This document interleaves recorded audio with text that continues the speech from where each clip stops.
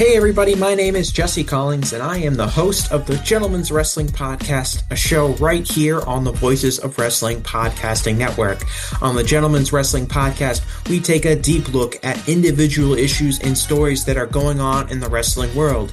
Each episode is about a different topic, and we take a thorough and educated look at things ranging from current booking trends to breakdowns on individual performers and angles to investigations into different fan cultures across the industry.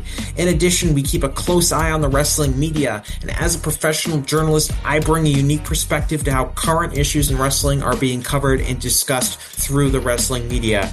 We have a revolving series of guests from across wrestling punditry joining us on each episode, and we hope that you make the choice to give us a listen on wherever you get your podcast from. This podcast is a member of the Voices of Wrestling Podcasting Network. Visit voicesofwrestling.com to hear the rest of our great podcasts, as well as show reviews, columns, opinions, and updates across the world of wrestling.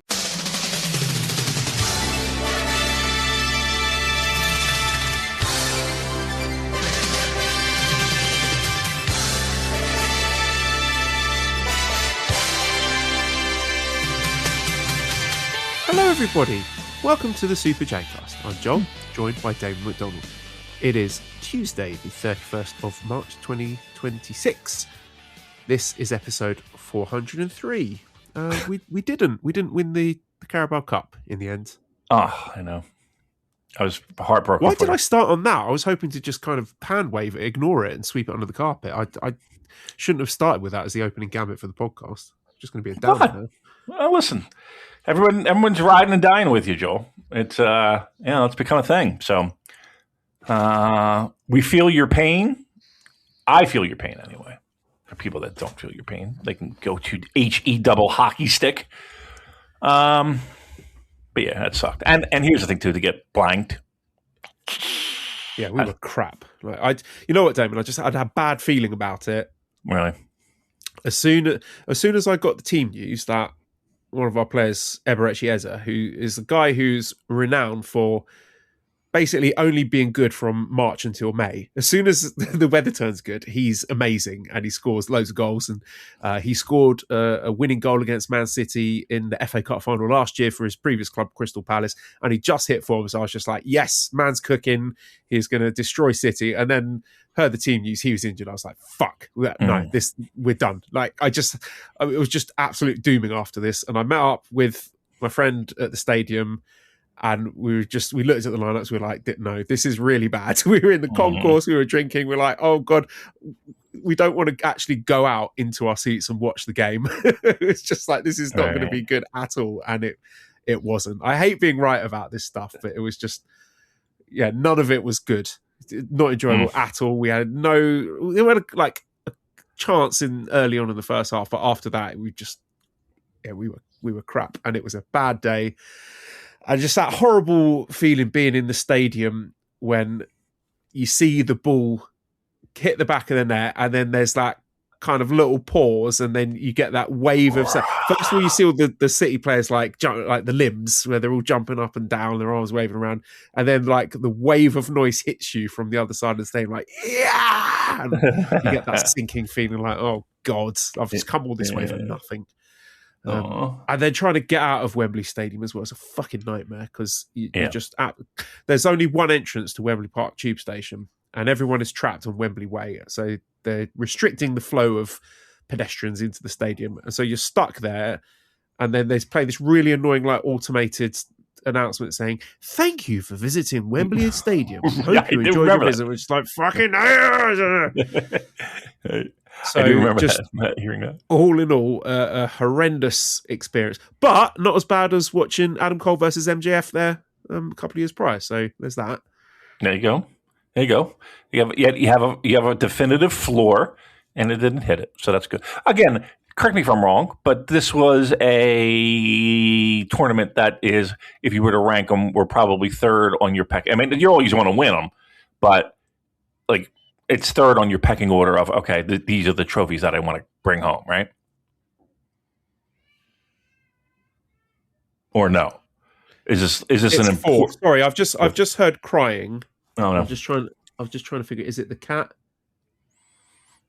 No, it's Arthur. It's fine. Mally's in there. She can deal with it. Yeah, this was fourth on the list of actually fifth in the list of things I want to happen this season.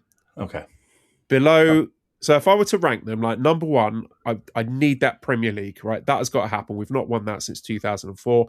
And at this point, given the lead that we've got, not winning that would be disastrous. Like it would be so damaging just for morale, everything. That's and it's not a done deal as well, because if City win their game in hand and they beat us at the Etihad, which, based on recent form, they may very well do, then it's only a 3-point gap. So I'm not taking anything for granted there, but that's the one I really want. Then very, very close by to the Champions League, because Arsenal have never won that. We've never won the European Cup in our whole history, so that would just be amazing. And then that's the most prestigious club competition in the world, so, make no mistake, that'll be huge. Then quite a big gap, FA Cup. Love the FA Cup. We've won it quite a lot, but I'm never going to turn my nose up at that, but it's the least important out of three. And then Tottenham to get relegated. There's a real good chance of that happening. I would take that. If you'd said to me Carabao Cup or Tottenham getting relegated, I'd take Tottenham relegated over Carabao Cup. So hopefully it would be nice to get at least one of those things. Premier League, if I get the Premier League, none of those other things happen, I'll be delighted with that. But any of the others would be a bonus at this point. I love it. I'm telling you, I love the idea of relegation. I wish every single sport had that, because it's almost like in the U.S., the sports leagues, we kind of praise, or not praise, but it's like a whole thing of tanking seasons to get a good draft pick, a good draft order anyway, because the shittiest teams, you're drafting near the top, so you're going to scoop up all the kids that have a high ceiling. So it's kind of like you kind of get rewarded for sucking a little bit. I mean, again, you suck that year, but okay. Sometimes if you're in the middle of a rebuild, it's probably better to just shit the bed all the way instead of fucking just making the playoffs and blah blah blah. And again, remind me, when's that game against City? That is a good question. I want to say April 17th. Am I wrong? 14th?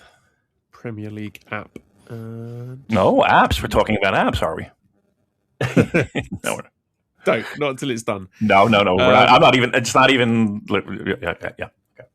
Okay. Let's have a look. I think that would be. Yeah, April 19th. Okay, 19th. Okay, so we got a little ways. All right. How are you feeling going into April?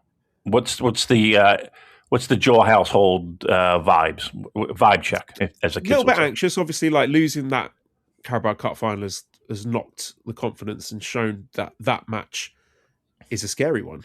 That's difficult, but I think it's important to have these moments of pain and defeat and despair, because they make the moments of victory all the sweeter. Now, admittedly, it has been 21 years since I tasted that victory, so we're dragging out this Kikuchi redemption story for quite a while, right. If I'm honest. Might have kind of missed the the sweet spot there in terms of striking while the iron's hot, but still quietly confident that we'll get it done. That we'll get it over the line. It will be nice to shout a bit of payback. When was the last time they won you said 2003 premiere? 2004. 4. And you were how old? 2004, I would have been 17. Okay. Yeah. All right. 17. So again, I'm. It's not like you were 7 and you barely barely remember. No, it would have been 18 because I watched it in the pub. I remember. So yeah, it was at least the age of at least drinking age. Okay. All right. So at least you remember that. All right. Look, I feel good. I told you from the jump. I said it just feels like it's there, and this is coming from a guy who doesn't know shit about it. I think that would be incredible. And again, taking even you out of the equation, I think it would be incredible. Tottenham going to Champions League would be Championship. Championship. My bad. You're right. Champions League is the top tier, where all the clubs battle it out in a battle royale. That's pretty crazy because in my entire life, I don't think I ever really remember them not being in Premier League. Right? They've never been lower than that, right? Yeah, I think that's correct. I mean, I can't recall. So that's pretty wild. Now, do you follow the Wrexham? You're familiar with that story? Yeah, the movie people. Is it Ben Affleck or something? No, well, it's the guy from It's Always Sunny, and it's the guy from Deadpool, right? Isn't it? I don't know. Ryan Reynolds, that's it. Ryan Reynolds. He looks similar to Ben Affleck. That's why I thought it was Ben Affleck. Yeah. They're one of the same. They're carbon copies of each other, basically. And they are about ready to move up to the Premier League. Did I see that right? Let me check. Because they're in championship, whatever the fuck it was, right? They're there, and they moved up like 3 divisions. If I'm using the right term, right? So they're 7th at the moment. Okay, which is just outside the box. Okay, with how many games to go? So in the Championship, if you finish 1st or 2nd, that's automatic promotion to the Premier League. Mm-hmm. And if you finish between 3rd and 6th, then you enter the playoff tournament. Okay. So they're 7th on goal difference. Okay. So level on points with 6th place Southampton. Okay. I mean, that's pretty amazing, right? To have that kind of shit. I mean, you're pumping in Hollywood money, but okay. What do we, Andy Kaufman now? That's pretty amazing. It's pretty fucking amazing, I think. And again, I love the idea of that. Oh, you suck? Take a step down, kids. You ain't in the big boy league anymore. That's got to be just like Arsenal's never had that happen, right? In your lifetime. What happened? Relegation. No. Yeah, it's never happened.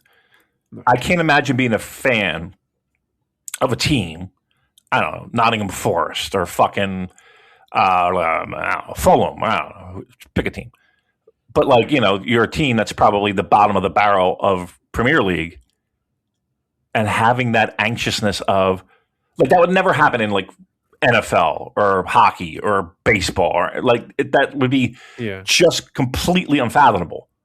That was one of the big sticking points for the discussions about this potential European breakaway Super League, that they said there'd be no relegation for that, because obviously like relegation is terrible for the owners, for the money, because you lose a colossal amount of money, but it just makes it, I think, very uncompetitive if there is no relegation. I think that's part and parcel of the drama and the jeopardy of not doing so well, that it can be catastrophic. It can, it could be the end of your club if things go badly and the finances aren't handled sensibly. And there's plenty of cautionary tales of English teams who flew too close to the sun and got a bit silly with their money. And I think of a team like Leeds, who I think it was like 2001, they were in the Champions League semi-finals, one match away from the biggest the biggest club game in the sport, and then 2 years after that relegated and in serious financial trouble just because they did not spend very wisely, and it was just, again, inconceivable to them that they get relegated, and then they did go down, and then they were in the shit because they'd handed out all these big lucrative contracts with no relegation clauses in them. It's happened to plenty of clubs. QPR did the same, and Tottenham, they would be in big trouble, I think, if they went down. Yeah. God, I can't imagine. I mean, that's a big stadium too.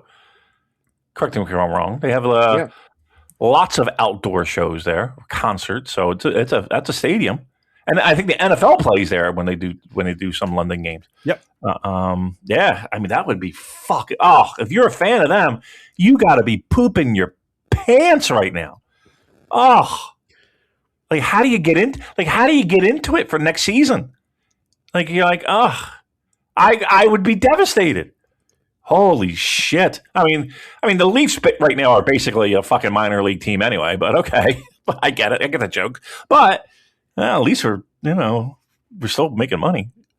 We fired our general manager, which was nice last night around 9:00. So, how are you feeling about that? I'm thrilled. I think Brad Treliving, there's something about hockey, dude, where it's like just the same old fucking dopes get hired over and over again, and it's like, why? And this was a perfect example. And at the time, the Leafs were scrambling because they had fired a young guy who had this master plan. Well, the master plan didn't quite work out, and long and the short of it is that it was a little power struggle, and they got rid of him. And then they just needed somebody quick because the season was ending, and like the draft was coming up, and they had no fucking buddy running the show. Nobody's running the show. So, they hired this guy, and he's just dog shit, and the team's kind of dog shit, and they're not making the playoffs. So yeah, I'm glad. I saw that news. I was sitting on the couch with my phone scrolling, and I was like, holy shit, here we go. I got that little notification. Couldn't believe it. I couldn't believe it, but I was very happy that it happened. I'm glad they had at least the balls to do something like that. So very good. All right, there's our sports talk for the day. What's that? Is there a replacement? No. They're shopping around. It's the assistants that are running the rest of the season, which will buy them a little. We have the whole playoffs to go before the draft, so that'll give them a little time if they hire, in the next week or two. They'll give them a little time to kind of get a game plan going, and the problem is that our window's closing, Joel. We have Austin Matthews, obviously, who got hurt on a fucking dirty hit. Knee, had to get surgery. It's a fucking nightmare. And so they played that team last night again for opening face-off. And you knew it was coming because the big thing about it, Joel, is this. A lot of unwritten rules in hockey in the sense of you got to stick up for your star players. Like your star players cannot get hit like that. And there was no ramifications during the game. It was pathetic, the response from the team. So again, think of it this way. You're playing football and your best player, somebody does a knee on knee and takes him out. Wouldn't your whole entire team be all over that guy? Cops be damned, you're fucking swinging, right? Or at least making his life really fucking uncomfortable. There was no pushback at all during that game. And it was a big fucking thing. Like if your captain, the fucking face of your franchise, if he's touchable, then what are we doing? So there was a lot of talk about guts and courage, and we have no fucking balls and all that shit. So they played them last night, and right off the hop, Joe, and everybody knew it was coming too, because the guy who did the hit, this guy Radko Gudas, he's the captain of the other team, but he's not really a guy that you put out there to start off a game. He's out there on the ice. So we put out our fucking goon squad. And puck drops and boop, everybody kind of just cleared out of the way, and two guys squared off. Good. Gudas got his ass kicked, which was nice. Although he kind of knew that he was public enemy number one. He knew it was coming. It felt like, and supposedly he felt bad. Okay, great. But he's got a history of shit like this. He didn't throw a punch. He just took punches. He just took punches.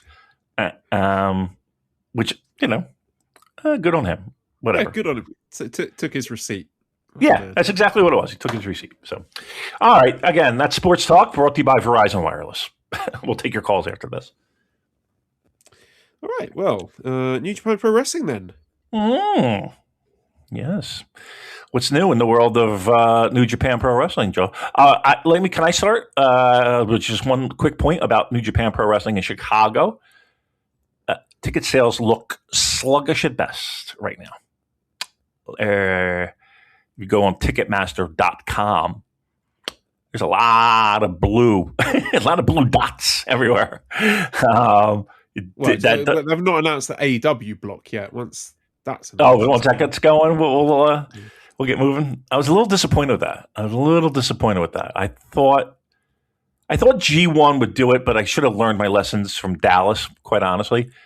But I mean, maybe as we get closer, things will pick up. But yeah, there are plenty of seats that are available at face value. So if you're thinking about it, know that I will be in attendance. If that doesn't motivate you to take out your wallet, I don't know what will.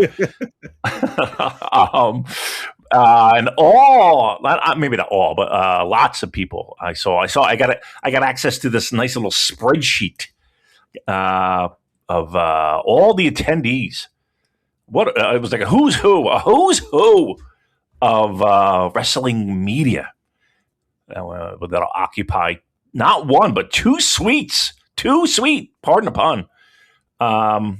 In Chicago. So again, the entire crew will be there. It feels like, and it should be a good time. So again, if you're thinking about it, if you're in the Chicago area, or where's the actual arena? The arena is in Elgin, is it, or is it? I forget. It's near Elgin, so it's like about 45 minutes outside of Chicago. Yeah, that's the only Elgin I want anywhere near this G1 Climax, Damon. I mean, the good news is that every match on the show is a G1 match, which is nice. Which is bad news for the Taichi enjoyers, because the understanding is he doesn't travel. So, he's probably not making the cut this year. I don't know if that necessarily means that all of the G1 entrants will be wrestling on this show, only Correct. that the whole show is G1, if that makes any sense. I mean, there's been a lot of whispers and stuff posted in the media about possible AEW involvement, and I do think people are reading too much into the fact that there were people like Will Ospreay and Kenny Omega and Bryan Danielson talking about how prestigious the G1 is. Like, I don't think any of those people are going to be involved in the G1, but I do think there'll be at least one, possibly two AEW names. I mean, the one I keep hearing about is Ricochet and Andrade possibility. I mean, Takeshita, I don't know if we're classing him as an AEW guy at this point, but have you got any hopes or expectations or strong feelings about AEW involvement in the G1 this year? I think it's inevitable. I mean, if you're asking an opinion, I think it's inevitable. I think the names that you mentioned already have a history of, if New Japan has a U.S. show, and they didn't have many, but at least, from a Trenton, New Jersey perspective, they were in full effect. I would have no problem with an Ospreay, but I have a problem with inappropriate. I mean, we could have like the inappropriate tweeter block, just everybody who just can't handle the old X. Will, Rico, Shea. Oh God, yes, that was terrible. Ricochet, right? Mate, log off. I know. What are you doing? What an angry tweet that was. That's something I would say, for crying out loud. I should be giving Twitter seminars to these people on how to use Twitter, which has come up with the most inflammatory thing possible. Post it and then immediately mute it and never think about it again. Why are these people who get paid way more money than I ever will getting into arguments with randos on X.com? It's this madness. Why? I don't know. The pro wrestlers are weird. I mean, how many times have we heard stories of the vanity search and the, just they're weirdos. They can't stay off of it. So yeah, that's it. Isn't it? They're just addicted to the engagement, the dopamine hits. It's just but it never turns out good. Never. Because again, we always talk about, you could get 10 responses, 9 of them would be positive, but the one jerk off who's, calls you a fucking asshole, you're going to think about that for weeks. No, not for me. I like it. Yeah, you do get a boner over it. You love it. But again, think of these weirdo pro wrestlers who think they can handle it and they really can't, and then you get shit like that, and then add a couple pops, maybe a post game Miller Lite or two, and then the next thing you know, you're firing off. I hope you fucking have diphtheria or whatever the fuck he said. I don't know. You know what I mean? Well, nobody wants diphtheria. Yeah. So to answer your question, I think let's put it this way. Them starting in the U.S., kind of. You would think that they would have some involvement. Let's just say that. I do know for a fact, though, that the traditional, for those of you who care about these type of things, I heard it from a little birdie that they're not doing a presser. They're not doing the fashion show or yeah, that's right. They're doing it when they get back. Bullshit. That's right. They're doing it when they get back from Japan. That was kind of like a decide, because I was kind of holding off paying for the hotel and the flight because if they had a presser, I probably would want to be there, be the only real media member of I was going to say, like, they'd have to be very selective about who they let in, because you imagine that event filled with Yankoid fans. Oh, dude, let me be very clear. When we were in Dallas, it was me and the boys from Keeping the Strong Style. We kind of hung out in the back, right? And I believe Jeremy, by the way, becoming a dad. Congratulations! That's right. Congratulations, Jeremy. That's right. Congratulations on that. Everybody's got kids. Lanza, Rich, everybody popping them out. You, jeez, Louise. Stop it. Didn't catch me taking any time off the podcast though. That's right. Well, me, I'll take it. I got a hangnail on my out. I feel like I can't do it, Joel. My nail hurts. We were back there, and I think I had to go pee-pees, and I was walking out the door, and Kevin Kelly was walking, and he goes, "Nah, Damon, you turn right around. I need you." He's like, "I need you." I mean, they were asking questions like, Okada's there, and his English wasn't at the time super great, and you got these mouth breathers asking him, "What do you think about In-N-Out Burger?" Swear to God, and I'm like, What the fuck are we doing? So Kevin Kelly sits down. He's like, "Damon, you got the floor." I was like, "All right, let's go." Boom, round, pop off like 2 or 3 questions. Boom, follow up, second question, and then I let others see what they could fucking do. And then Jay White was there. I gave him a little question that he seemed, he was in a bad mood or whatever. But he's again, you get the same fucking questions of, what does it feel like to have G1 in Dallas? Who the fuck cares? The home of the Von Erichs. Ugh, shut up. Nobody cares. But you asked a question about Chase Owens, didn't you? So I did. Aged like milk. It really did. Hey, I got an insightful answer. And then Will was up there talking about his struggles, his mental health struggles. So I kind of leaned into that a little bit. I thought I made him cry. Look at my hard-hitting questions. Proper questions, proper journalism. Yeah, I want to make him think. I want to make him, I want answers to hard-hitting questions. So anywho, and then you know what? It was kind of nice because then, look, again, we're all friends, but there's also a little competition, and there's nothing wrong with that. And so I felt like when I fired off questions, then it kind of helped,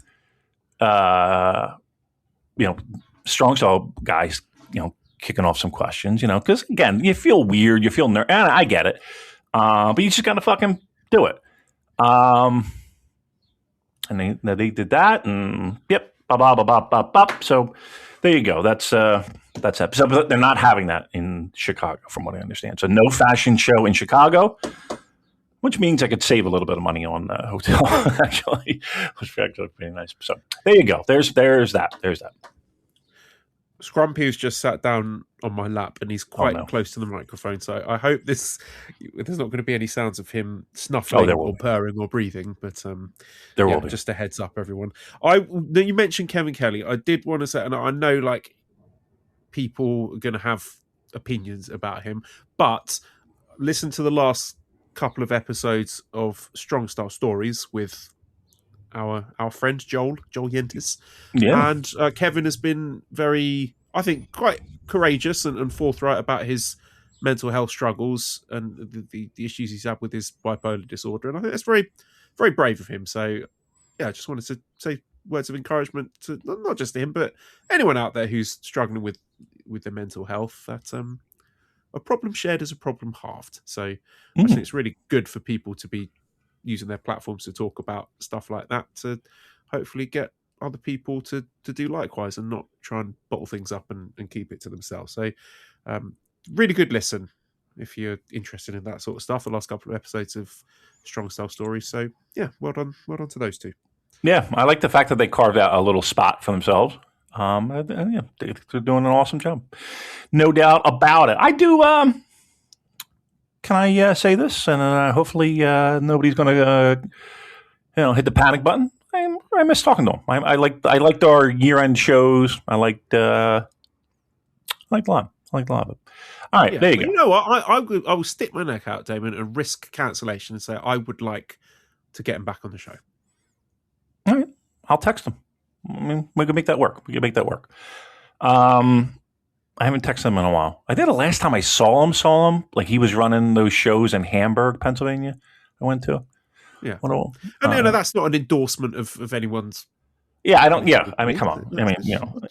We like talking. I like talking to people who have been there and done that in the world of New Japan Pro Wrestling. There you go. I like stroking Scrumpy. I like my cat. Who knows what his political beliefs are? Right. I like big butts. I cannot lie. Even though we have, we're not even going to get into it. It's stressing me out because our gas prices have risen dramatically, Joel. It's amazing what happens when things like this happen. All right, let's go New Japan Pro Wrestling, shall we? Yeah, New Japan Pro Wrestling. Yeah. Yeah. Hear some of that. Let's talk about the best of the Super Juniors. So they're doing this thing where they're announcing 3 people every day. And so far, they have announced Kosei Fujita, DOUKI, El Desperado, Sho, Yoshinobu Kanemaru, Daisuke Sasaki from DDT, Yo, Master Huato, Valiente Jr. from CMNL, Robbie Eagles, Francesco Akira, Jacob Austin Young making his debut in the tournament. And yeah, that's it so far. So a few talking points in there. Daisuke Sasaki, I'm not sure what the links are there. I'm sure he's got lots of friends in the company. I can't say I'm particularly clued up about his work, but if anyone's got any great recommendations for Daisuke Sasaki matches, I'm all ears. Valiente Jr. is an interesting one because Patreon subscribers will have heard me talking about him in some detail when we were doing the Fantastic and Mania shows, because I said that he might be an outside shot for Best of the Super Juniors, that he made a really good impression backstage and he loved working in Japan and made a lot of friends, and I thought it'd be a really great addition to the tournament. So that one's really exciting. It's good to see someone different and someone who I think could be, I think he's more of like a base style wrestler, like someone who's going to complement the more sort of high-paced, high-flying wrestlers. I hope I'm not completely off base with that, but I'm very excited about that one. And also, I've spoken about him before, but I'm just thrilled to see Jacob Austin Young make it into the tournament. Again, I'm not going to repeat all the stuff I said about him before, but just very cool. A guy that I've followed throughout his career, making it into the most prestigious junior heavyweight tournament on the planet. So that's really exciting stuff for me. In terms of people that there are left to announce, so how many people is that? Is that 1, 2, 3, 4, 5, 6, 7, 8, 9, 10? So 12 people announced so far, and I think we can expect Robbie X, Taiji Ishimori, Taguchi, and Kushida to also be announced, which would take us to 16. So I don't know if they've said how many people are going to be in the field. I think we can assume 20, and then I wonder if they're saving a couple of surprise names to announce at Dominion. I don't know. I'm not sure exactly when they're announcing the last few names, but is there anyone who has not we've talked about there that you would like to see or expect to see in the field? I mean, I think your usuals are all going to be in the names that you rattled off, right? because I was just wondering any of the juniors that we've been. That was my point. Like there was, I think, some news doing the rounds that Dragon Dyer has officially left Dragon Gate and has renamed himself Dyer. I'm trying to arrange a tag team with him and Rhea Ripley. I knew that was coming. I swear to God. I knew that was coming. Because I'm just not here. Rhea. Oh, fucking great. Who else could there be? There could be Kukai, possibly. No AEW names. I wonder if they might get some AEW involvement. But yeah, certainly some possibilities.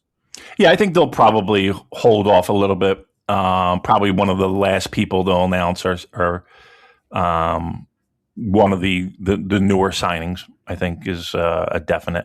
It says here that their lineup this year is to be revealed one day and 3 wrestlers at a time. So there you go. We'll keep an eye out on that. But yeah, I think we'll see some of the newer signings. I don't know if they'll have any AEW because it seems like they already have a lot of outside influence right now when it comes to this tournament with DDT.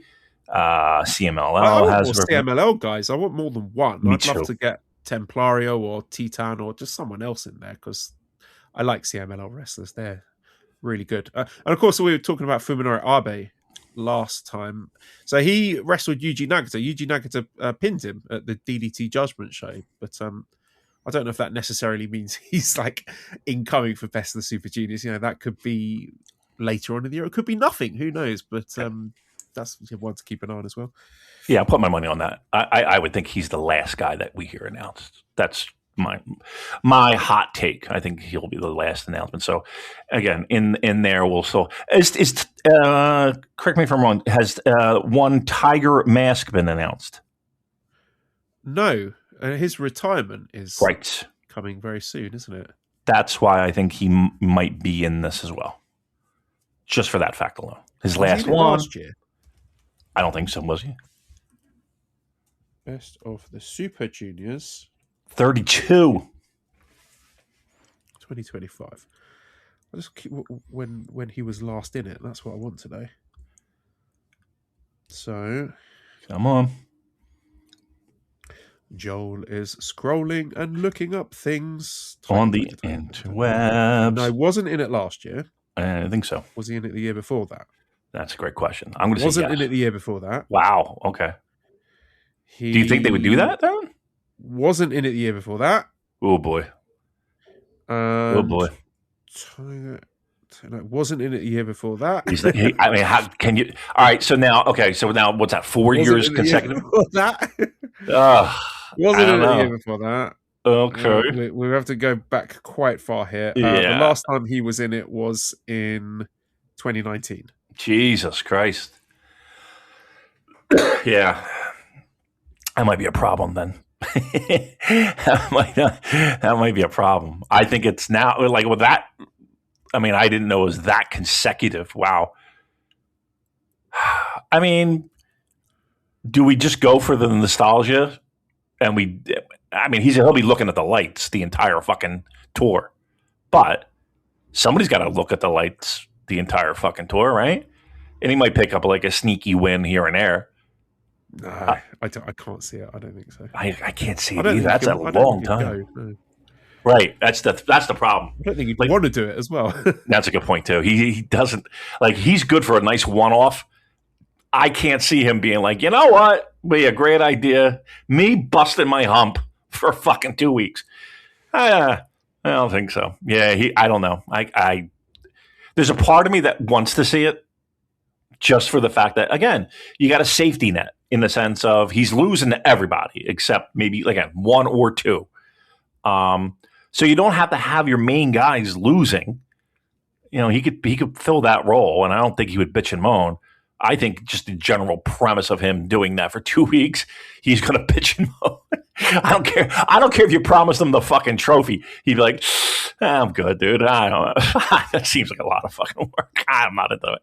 So yeah, he 5 years, 4 years, 5 years in a row. I don't see how you can put him in there. I don't see how you can do it. I don't see how you can do it. He's not in. No. All right. All right. Anybody else? Dream is dead. Sorry, everyone. Just snatched it away from you. Just waved it under your nose and then took it away cruelly. But I think Taguchi has a good shot of being in. He's always in. This might be the first year he's not, but he's always in. Kushida, I guess he's in, right? I guess you put him in. Yeah, definitely. Yeah, and then again, I think Ishimori, Taguchi, Kushida, Robbie X are dead certs, and which leaves potentially 4 spots if they're doing 16, or 2 spots if it's 18. Yeah, May 14th, huh? May 14th through the 7th, June 7th. That's longer than 2 weeks. There's no fucking way Takemaster's doing that. No fucking way. All right, watch him get announced tomorrow. All right, very good. Best of the Super Juniors 33. So we had a Road to Sakura Genesis show that made New Japan World. That was from Saturday in Ibaraki. I thought I better just watch this one so I've got something to talk about. So I sat through it and I was paying attention to it. I'm not going to talk about all the matches, but just some stuff that stood out to me that I enjoyed. I enjoyed the Young Lion opener, so that was Masatori Yasuda defeating Tatsuya Matsumoto. I like Matsumoto. He's got a bit of cockiness. There's a bit of grit from him. He's got a good look. He's very handsome. He's got a really good body. Earnest muscle man, as J. Michael calls him. So, yeah, nice to see him having a bit of confidence already. And I was just sort of wondering, big picture style, if recent developments have lit a fire under the Young Lions, both seeing all these big names leaving and seeing guys from the dojo starting to get big pushes, and also these rumors or stories of guys being aggressively recruited from the indies and other promotions, and they might be thinking, oh fuck, that's my spot, don't take my spot. And if that's maybe motivated them to work a bit harder. The match after this as well, there was a singles match between Kushida and the new young lion Taisei Nakahara, which I really enjoyed that as well. Like, I really like Kushida. It's nice to see him back. I think he's got a really valuable role as a grumpy veteran who's fuck up the cocky young lions. And I talked about Nakahara before, so he spent a long time at the dojo. He was there for like 3 years, I think, before making his debut. He's a very smooth grappler. Like, it was a really, I think, quite a high level grappling match. It was very light on striking, but there was a lot of back and forth mat-based wrestling, which I thought was very compelling. And I thought it was interesting to see a young lion match that leans into one particular area rather than just being a bit of everything, which is what they usually are. And Kushida gave him a lot. He didn't get absolutely dominated here. It was good back and forth. There were a couple of near full reversals. It's small sample size so far, but I like what I've seen from Nakahara. And he had a really fun backstage promo afterwards where he basically said he hates all of his peers, and he's got a grudge against Daiki Nagai, who entered the dojo at the same time as him, but obviously made his debut wrestling way before Nakahara did. So it's like kind of like his one-sided grudge, where he's like, we entered the dojo at the same time, so how the fuck did this guy get on TV years before I did? So Nakahara's pissed off already. He hates all of his colleagues, and he's barely been wrestling for a month. So I like this guy. That's very relatable to me.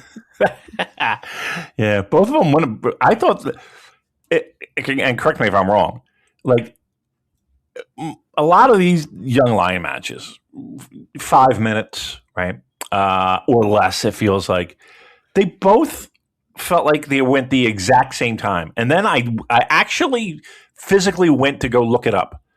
And lo and behold, to almost the second, they went the same amount of time. 7 minutes, 44 seconds, 7 minutes, 31 seconds. So that's pretty good. That's pretty amazing.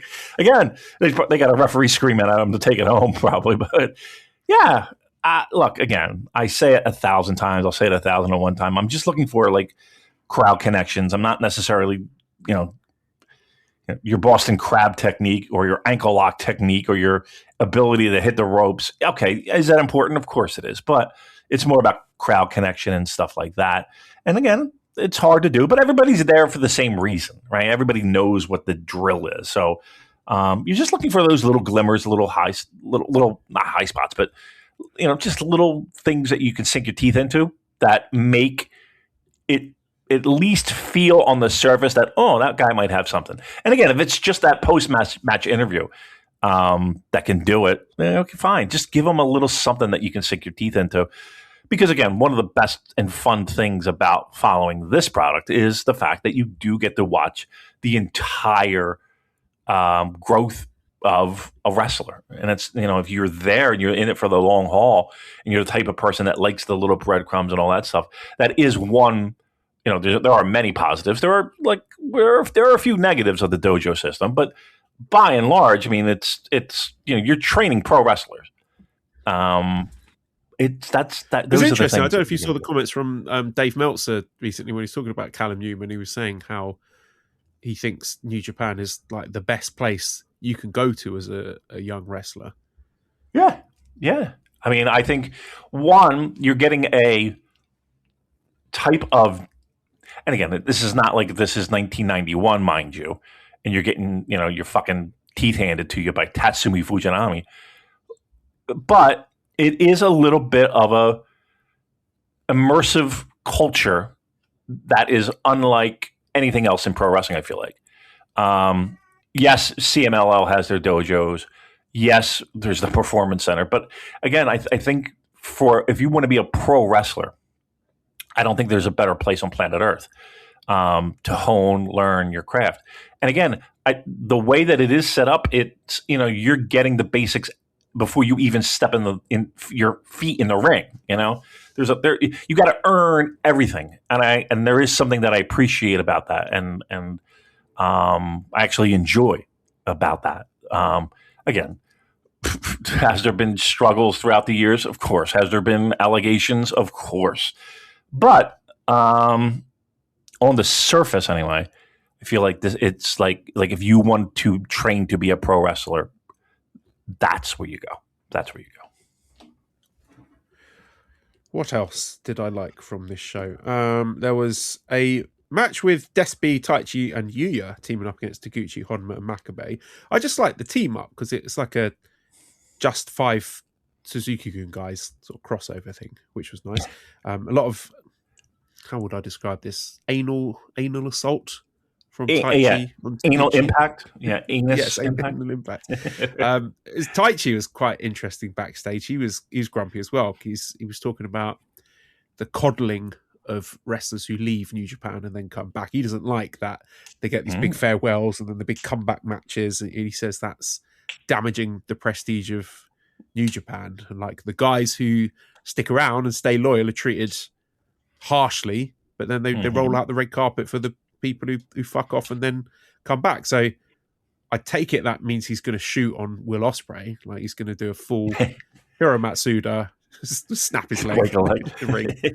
But yeah, I thought that was an interesting takeaway. And maybe I'm kind of overanalyzing this just because I'm sitting watching a Road 2 show struggling for talking points. But there seemed to be a bit more fire from Yuya Uemura. Now, admittedly, this was only against Togi Makabe, but what I didn't want to see from him was just completely no-selling the New Japan Cup final loss. Like I wanted to see him upset and pissed off about that. And I get it. Like his vision of himself as a wrestler is, white meat, baby face, smiling, kissing babies, high-fiving, all of that stuff. That's what he thinks is important. And there's absolutely a place for that in pro wrestling. Dare I say that's a necessity on a roster. But I'm just curious what you would do with Yuya Uemura going forwards and throughout the rest of 2026.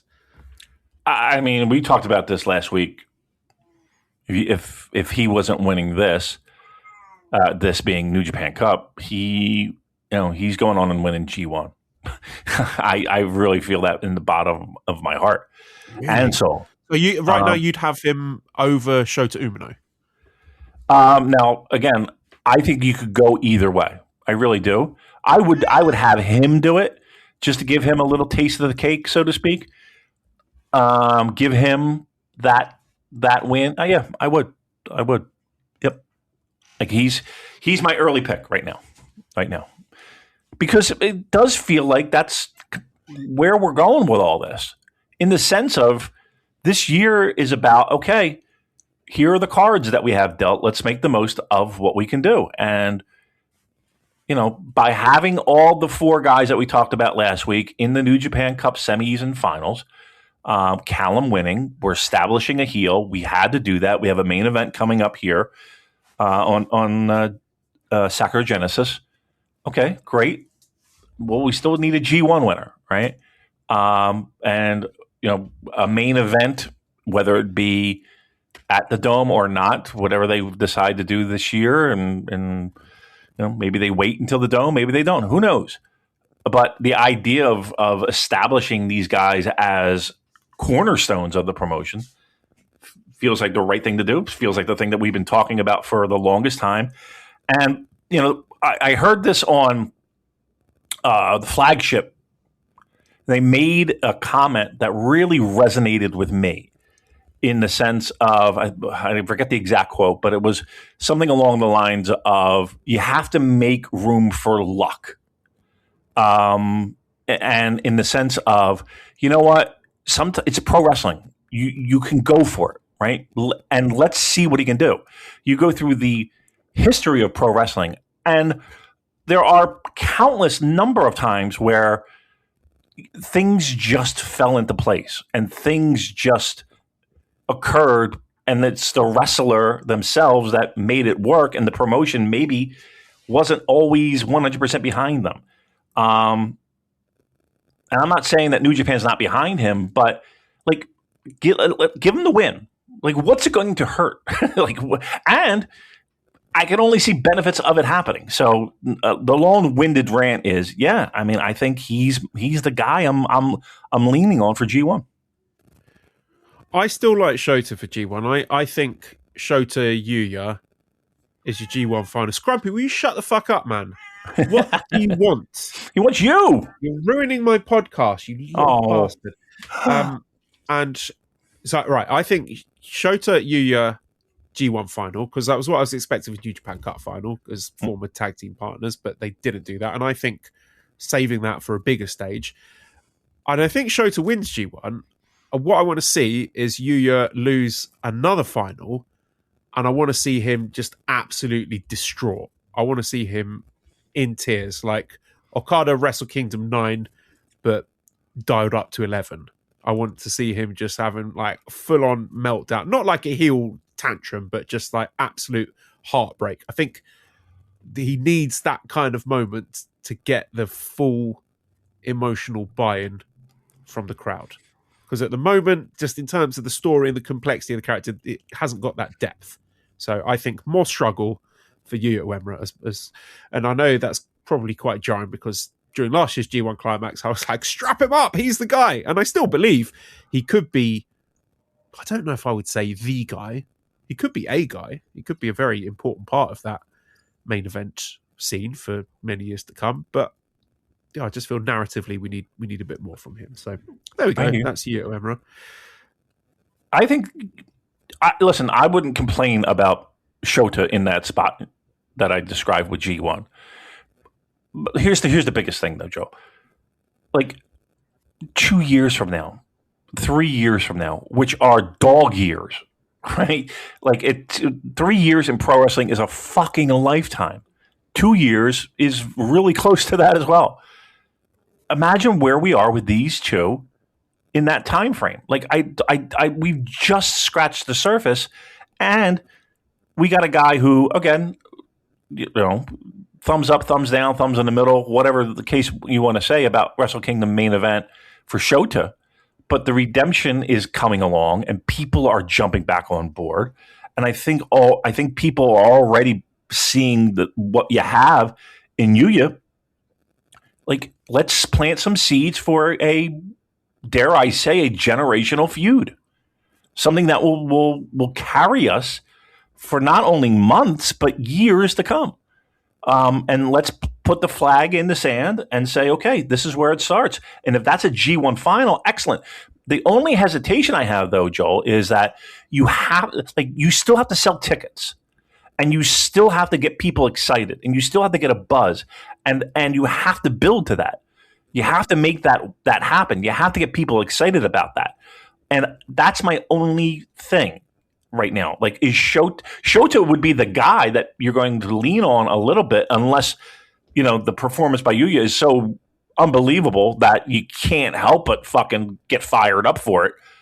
Like I feel like you need things to get cooking, and you can't just depend upon G1 to do that for the final of two guys that, okay, again, Shota had a Wrestle Kingdom main event, but they really don't have the juice of a lot of brand name guys that you would normally see in a final, like a Naito, an Ibushi, Kenny, Tanahashi, et cetera, et cetera, et cetera. So that's my only concern of having these two guys square off in the finals. That's my only concern. It's a tiny concern because I think you can do it, but it's a concern. Yeah, I think that's reasonable. There's probably a lot of moving parts at this point. I know Gedo likes to have his long-term booking, but I feel that there's a lot of youngish guys on even keel at the moment, and the way that they perform in their big spots and tournaments over the next few months could mean that those pieces are shuffled. I don't think anything's set in stone at this point, so I think there's everything to play for, really. Yep. Yeah, that's exciting.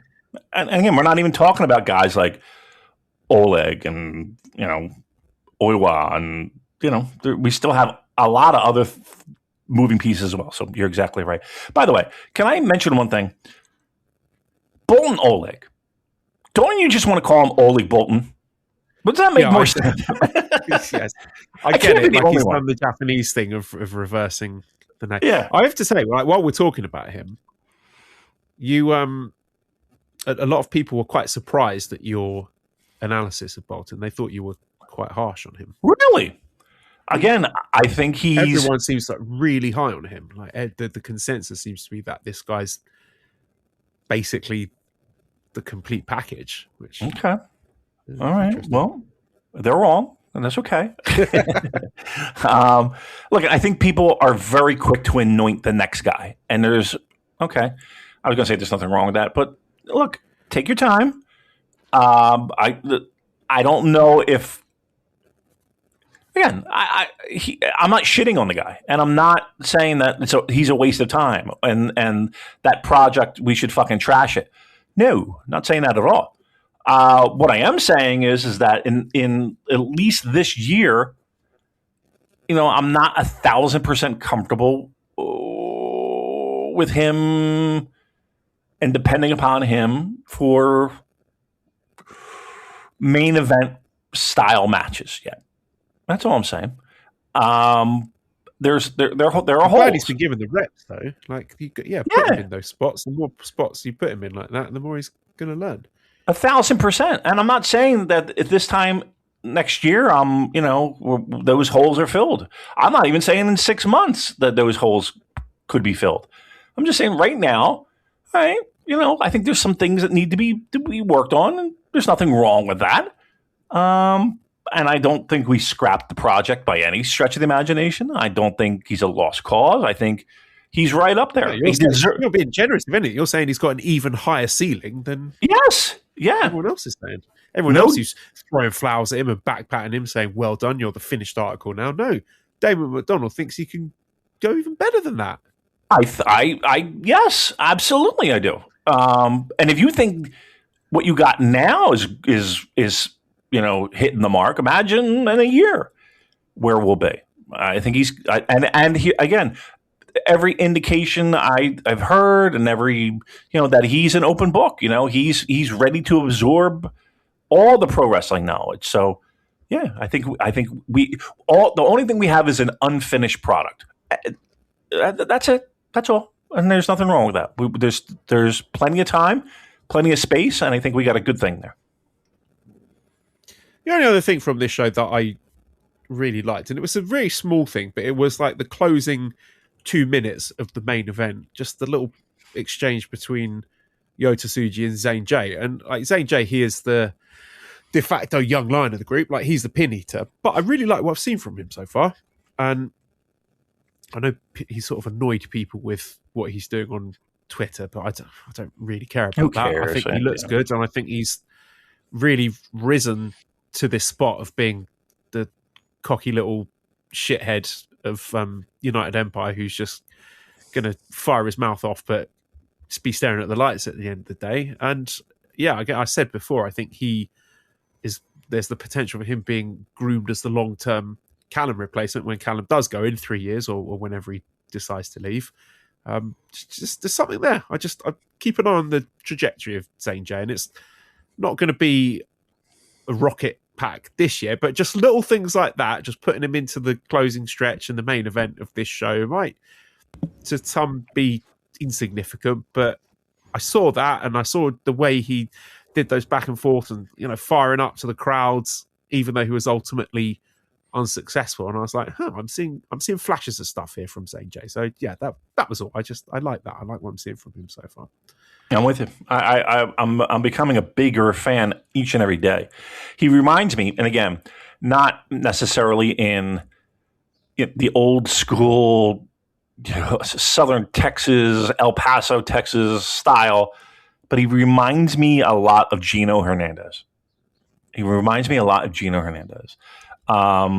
For those of you familiar with the World Class and the Southwest Championship Wrestling, I do get a taste of that from him. I think he's got a good look. Again, the exciting part, Joel, is that all these people, especially in this main event, like go through the names in this main event. Aside from like Shingo, Jake Lee, there's a lot of youngsters in this fucking match, or at least not only youngsters, but at least young in New Japan years. That was pretty great, actually. I kind of like that. Just giving guys, again, there's 6 guys in there. 5-man tag. I'm sorry. So again, you can be protected. You can be, get in your shit, so to speak, with, minimal worry that you're going to fuck things up. I like this a lot. And again, I say that a lot of these guys have years of experience. So again, that really wasn't that big of a concern, but you get my point. Like, I just like the idea of a Jacob Austin Young or, Zane J or Robbie X or like these guys are the people that we're going to be leaning on for years. So to get the more reps, as you say, in matches like these at the top of a card and the top of a show, even though it's a fucking Road 2 show in a multi-man tag, like these are the moments that are important. Like they are. Make no mistake about it. And it's hard, isn't it, because like the lay of the land now in US wrestling is that anyone showing just a glimmer of potential is going to get hoovered up by one of the big companies. So a company like New Japan needs to take risks on these guys and invest in some uncertainties. Like, that none of these guys were absolute surefire hits. If I think about guys like Callum Newman, there's a tendency amongst Western fans to be quite hostile towards newly recruited Western talent.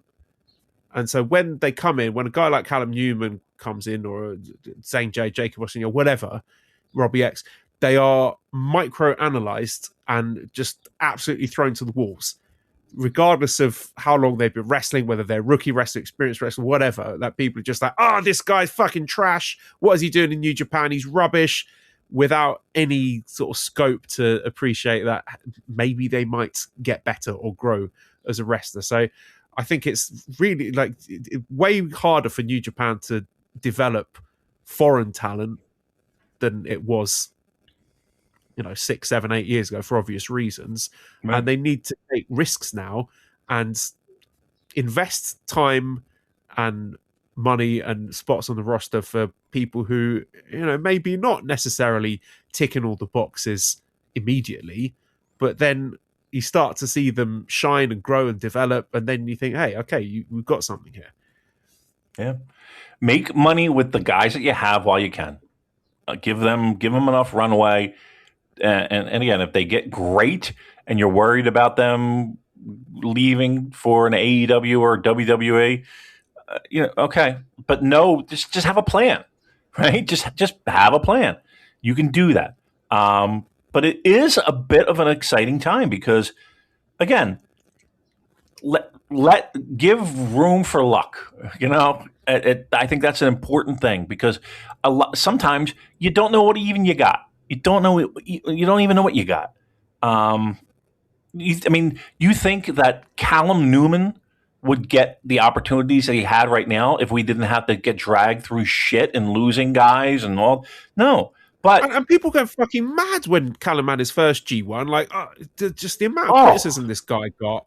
I was like, just he was relax. 18. It is his first. I know. This is his first ever G1 climax. He's I'm not going to say a green wrestler, but a relatively inexperienced wrestler with huge room for growth. But people just, I accept the argument that maybe he wasn't ready for the G1 climax then. But who's to say that if they hadn't put him in the G1 climax, his development and growth might not have been as accelerated as it is now? And correct. Yeah, I think it's good that New Japan are taking risks with these guys. Not all of them are going to pay off, and they need to work a lot harder to see that potential these days.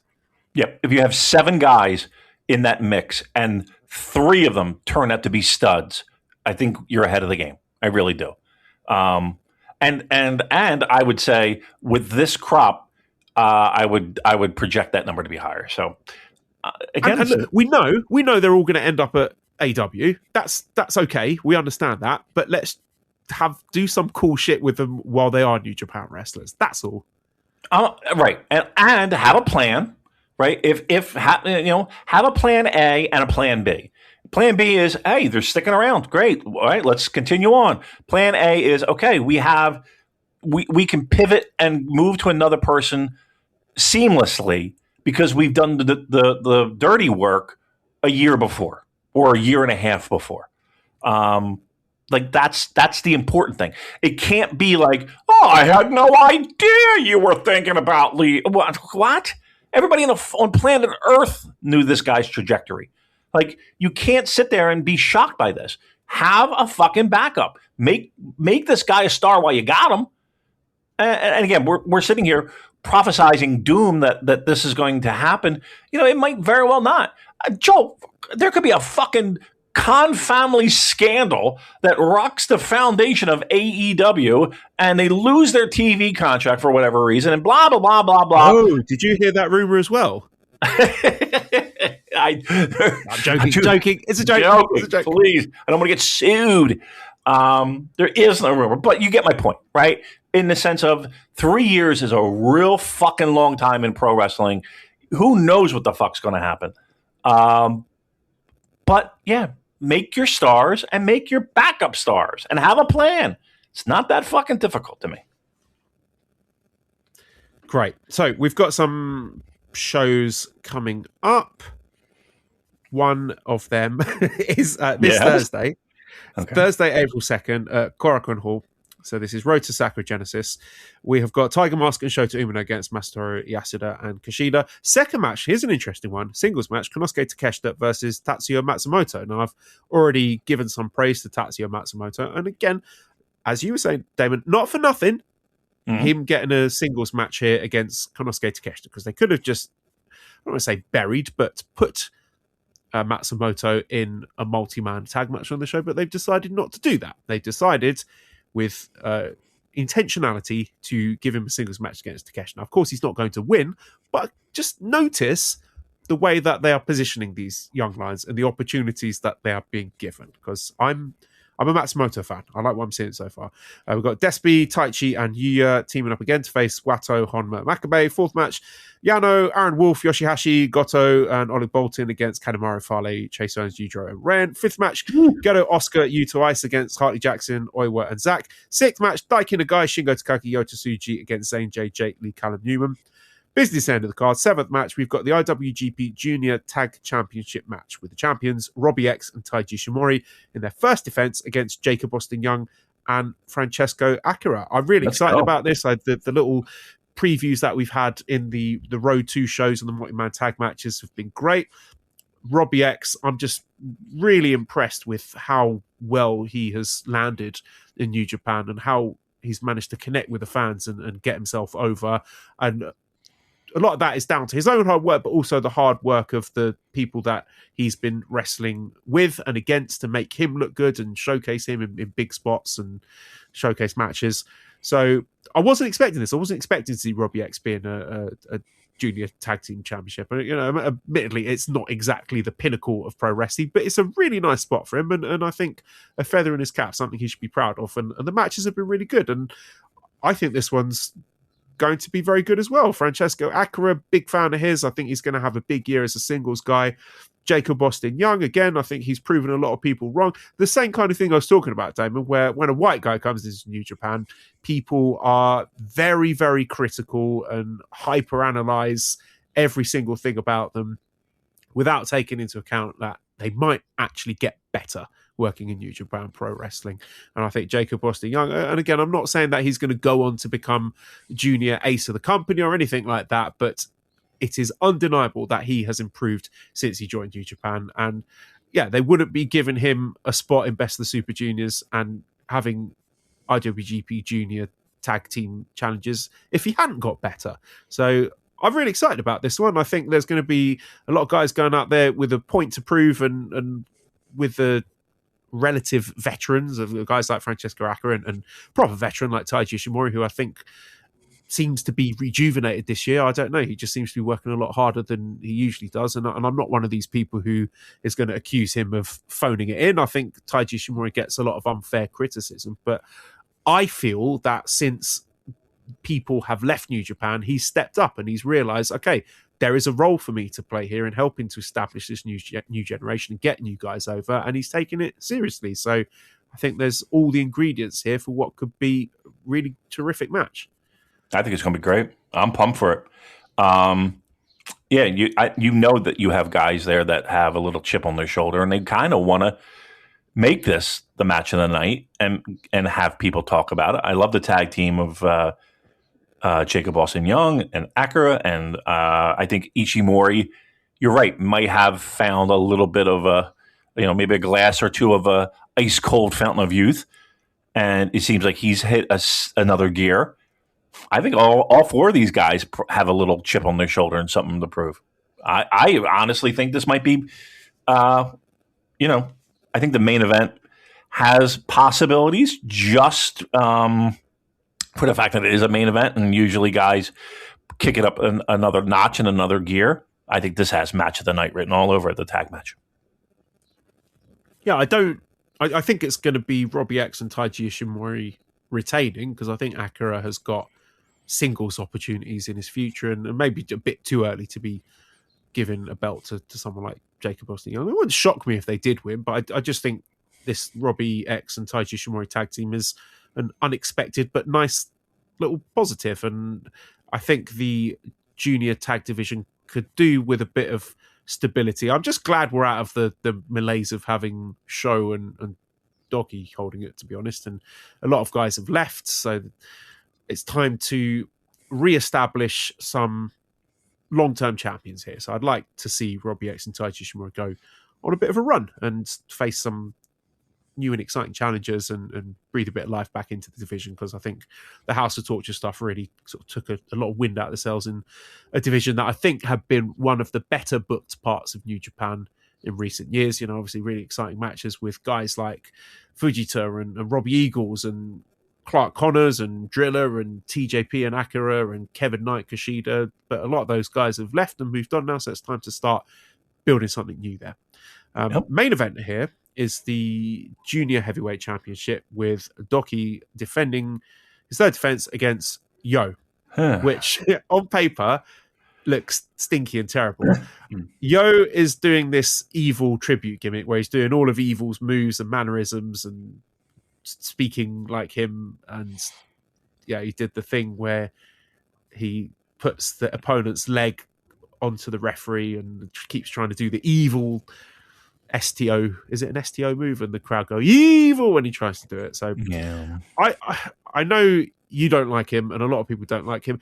He's kind of growing on me a bit, to be honest, just because there's something very earnest about his art. He's a weirdo, right? He's a very strange person, Yo. Who is he? Roxy Music? What are you doing? Well, I'll tell you what he is. He's a DDT ace trapped in New Japan Pro Wrestling, and just the way he likes to tell his stories and express himself, it's just not. New Japan Pro Wrestling is not quite right for that. He's a really creative guy, and I think he's an underrated comedic guy. And again, I've said it before, just go and watch that show with Yano Super Sasadango Machine, which ended up being all about Yo and was just a brilliant platform for the kind of auteur that Yo is. It's just not the best fit in New Japan, where things are a bit more serious in terms of the presentation. But in spite of that, he is kind of growing on me, and I can see and acknowledge that he does have a loyal and loud fan base in Japan. So, and I'm sick of this DOUKI title reign, so I'm going to put it to you, Damon, that it would be good for Yo to win. I would agree. It would be good for him to win. I agree that we'll see a title change. I think he will win. That said, again, Yo is not built for me. Right? I think that a blind person can see that. He does nothing for me. He has spurts of, this guy could turn a corner, and then he's making fucking painting out of his own feces or some shit. I don't know. I'm calling it art. Again, in ring, I think he can go, and I think once the bell rings, he can go. The problem is that he just does nothing for me. Like he will win. I don't care if he wins. That's the problem. Like will there be rabid, dare I say, fans with signs and glitter and all kinds of arts and crafts? Yep, there will be. And good for them. Root them on. For me, it does. There's no connection whatsoever. It's just he's a guy that, quite honestly, I have no connection with whatsoever, which is a shame because, if we rewind the clock to, dare I say, Tempura Boy Day in Ring of Honor, I don't think I was more hyped for Yo or Sho.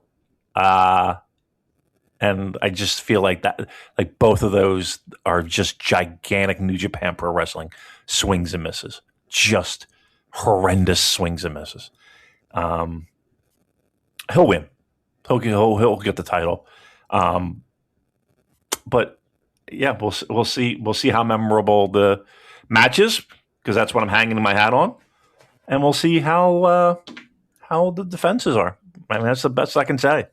I can't say I'm super excited about this. I think the tag match on paper sounds incredibly sexy, and this sounds like, I'm jerking off to a VHS tape, right? Yeah, I just hope they can get the House of Torturisms out of the way and actually have some good wrestling between these two, because played straight, Yo and DOUKI having a hot title match and exciting closing stretch, that should be really good. Yeah, right. Both of these guys can go when they get the tap on the shoulder. We've seen it from both of them, but just can they keep the bullshit out of the way enough to make it an exciting and compelling match? Who knows? Maybe this will be one of those matches where the House of Torture shenanigans actually enhance the match, and Yo overcoming the odds is executed in a very satisfying way, and I end up loving it. Like, that does happen sometimes. Mm-hmm. I can't always see it coming. Because if you say to me, would I prefer the House of Torture stuff or would I prefer a clean wrestling match? I'm always going to take the clean wrestling match, but occasionally it does land with me. So maybe this could be the match where that happens. Like, it is inevitable. There will be some House of Torture shenanigans. It's just a question of, does it enhance the match or does it derail the match? And I couldn't tell you. It's a coin flip for me at this point. But I'm almost surprised that Yo has never won the junior heavyweight title. And it seemed that they kind of missed the boat in capitalizing on that goodwill when he injured his shoulder in a match against Sho a couple of years ago, I want to say. They never really capitalized on that. He made his comeback in an empty arena before a show started or something. It was really Right. bizarre. But I think there's enough narratively with him where I've seen him having that moment of pain and the near miss losing last year's Best of the Super Junior final that I would actually be into seeing him win this junior title. I think it would be pretty cool, and I think he'd deserve it. So yeah, your mileage may vary on that. And look, I don't think it would be a long-term thing, because I think the destination for the junior singles division is Kosei Fujita. We all know that. It's just a question of when he / the company decides to pull the trigger on it. So that's a when, not an if. So whoever wins this one, I don't see it being a long-term thing. I think it's going to be all eyes on Best of the Super Junior to define or redefine what this division is in 2026. So I just see this as a short-term thing. What's a better match? DOUKI winning, and then eventually you get the challenge? Or would you rather see Yo and Fujita? Which one's a sexier match for you? So what are we talking, like, assuming that they pull the trigger? Super Junior winner. Yeah. Like, I don't even know if Fujita does win Best of the You don't Super think so? Juniors again. I don't know. Like, I could see, okay, what about this? Like, Yo wins, he gets this really big feel-good moment, everyone's happy, weeping tears of joy, blah, blah, blah. And then a heelish, ruthless aggression, sorry. Wow. Francesco Akira wins Best of the Super Juniors, and it's Akira against Yo at Dominion or Junior Dominion or whatever the fuck they do. I think there's value in that as well. There's lots of different directions they could go. I just want it away from House of Torture, please. That's all. Fair enough. I'll give you that. I'll give you that. And I'll go so far as to say I'll take Yo winning the title for that reason alone. For that reason, I'll take that. So that is it's not Junior Genesis, but it kind of is Junior Genesis. Do you have any feelings about the way that the junior titles are segregated from the big shows? Kinda. I mean, I like the fact that they get technically their own show, and again, air quotes, where they can shine on their own merits. It does feel like it's like the pre-show or I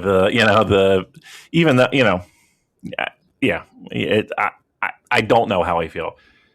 There's a part of me that's pro this, in the sense of, again, they're not having anything else get in the way and they can shine. But again, it does feel like it's not the main show, if that makes any sense. Yeah. I would just like to see those titles reintegrated onto the big shows, because big show at Sumo Hall, I think, as we'll go through this card, the undercard looks weak to me, and I don't see why they wouldn't just put the junior tag titles and the junior title on the show and make it a super show that everyone would love and enjoy. That's going to be exciting from start to finish. Then but you know what? They've done that a lot. Number, I don't see the Yeah, I mean, they've done. Remember, they were splitting those shows, and they would have like the Never title on top, or and it's like, if you combine these three shows into one great show, you'd have something you could probably work. Yeah, they do like to spread the butter as thinly as possible in the bread. So, oh well, yeah, I hear you though, loud and clear. All right, so that takes us to Sakura Genesis then, which will be taking place at Ryogoku Kokugikan this Saturday, April 4th. In terms of attendance, I mean, I think this shows really the acid test of where New Japan are in 2026, because the New Beginning show kind of gets a bump by virtue of being on Osaka, and Osaka not having that big show at the tail end of last year. Mm-hmm. So I'd be really interested to see what the number is for this show and how it stacks up to previous shows in Sumo Hall for New Japan, which I'm trying to look up at the moment, but nothing's coming up. I'm on Cage Match trying to search New Japan Pro Wrestling in Sumo Hall, but I'm getting nothing. What do you think would be a good number for Sakura Genesis?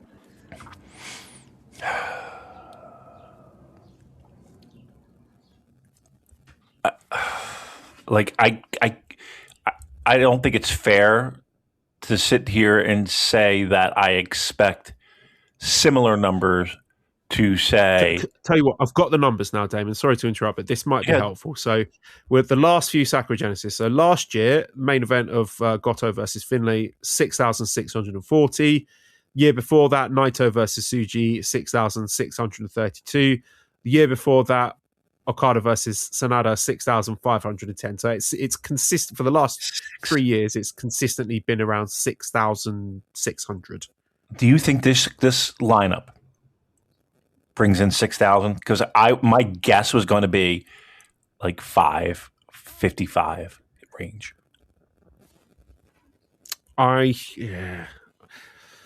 You're probably right. I think I would be happy with anything above. Would I be happy with anything above 6,000? I think so. I think. Oh God, yeah. I would do cartwheels if they hit a 6. I really would. I would be thrilled if they hit a 6. I don't know how ticket sales are going. I find it really hard. Again, I don't know, Joel. That show, that lineup, is that a 6,000 lineup? Well, I'm just looking at last year's, which again got 6,640. So Goto against Finlay, Yota Tsuji against Evil, Jeff Cobb and Callum Newman against Naito and Hiromu, Takeshita against Oiwa. It's not exactly the most star-studded. I mean, you got, is it? Okay. Naito and Hiromu, I guess. Yeah, Evil. Even, I mean, say what you want. Finlay. True. Yeah. Well, look, not sure how many tickets he was selling, but yeah, I take right. Point, you get my point. There have been some significant departures. Tanahashi as well was on the show to defeat Tanahashi. So, I mean, look again. Yeah. This is a rebuild, and there's nothing wrong with that. I would, Joel. I would moonwalk in the fucking streets if they got $6,000. If they got $6,000, I'm going between 5 and 5.5. What is and that's my high. Like that's my high.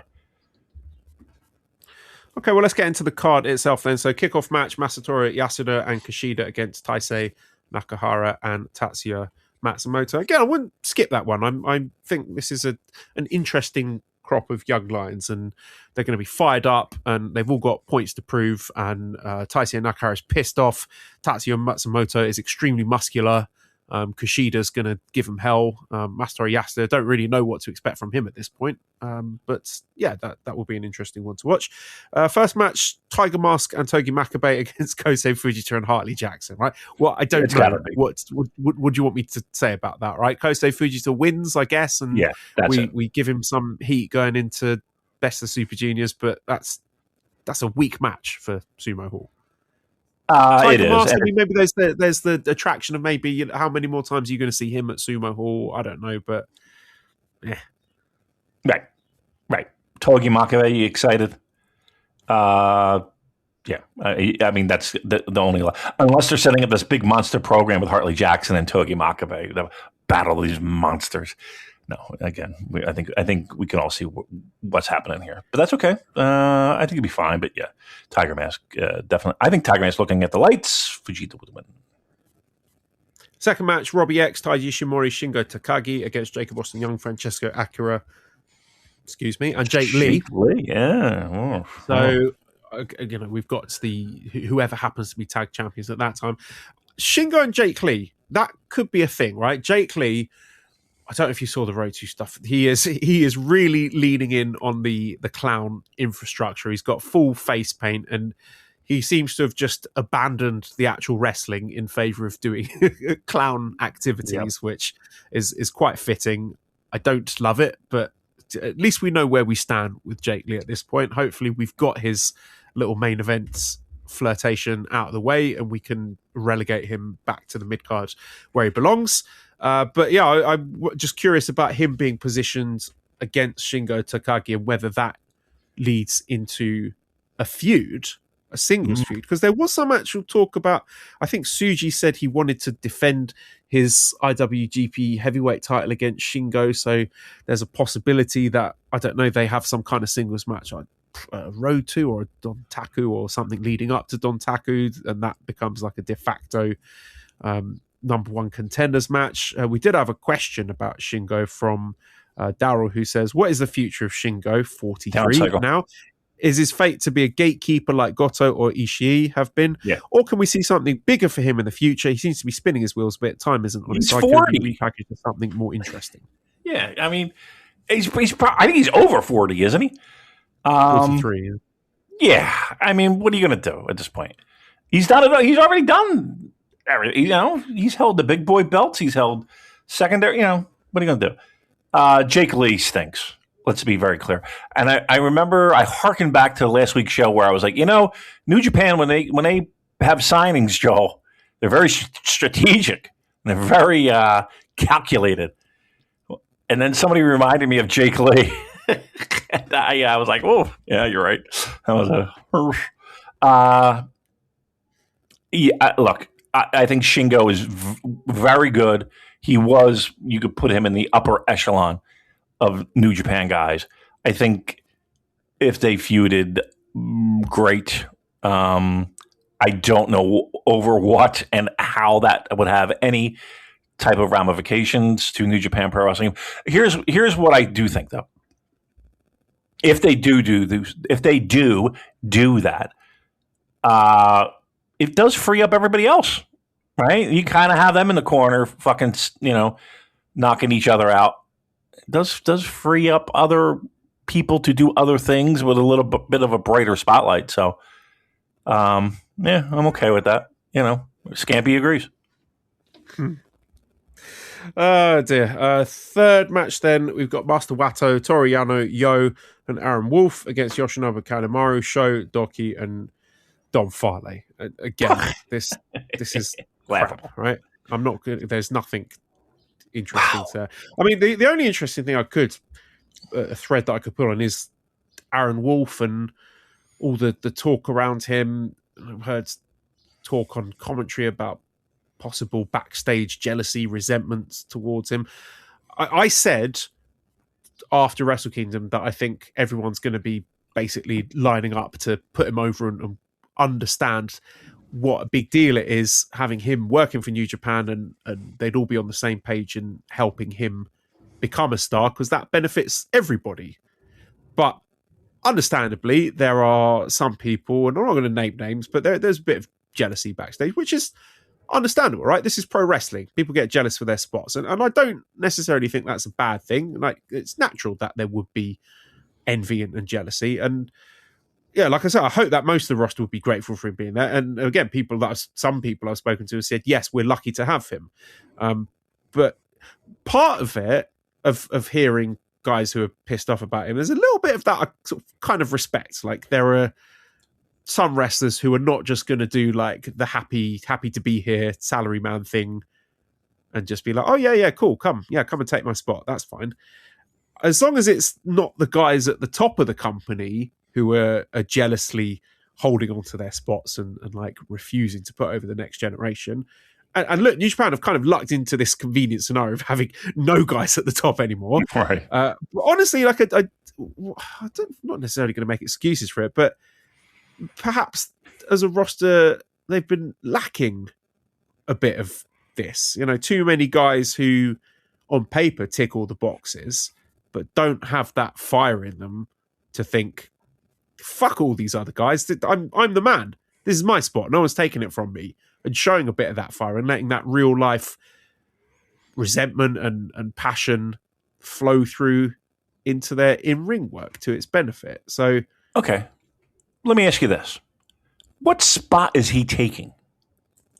the mid-card multi-man Eternal House of Torture for you. And look, this is the other thing I was going to say. Now you've thrown that out there, I might be on an island with this one, but I think that the way that they are handling Aaron Wolf is entirely appropriate. I think it's fine.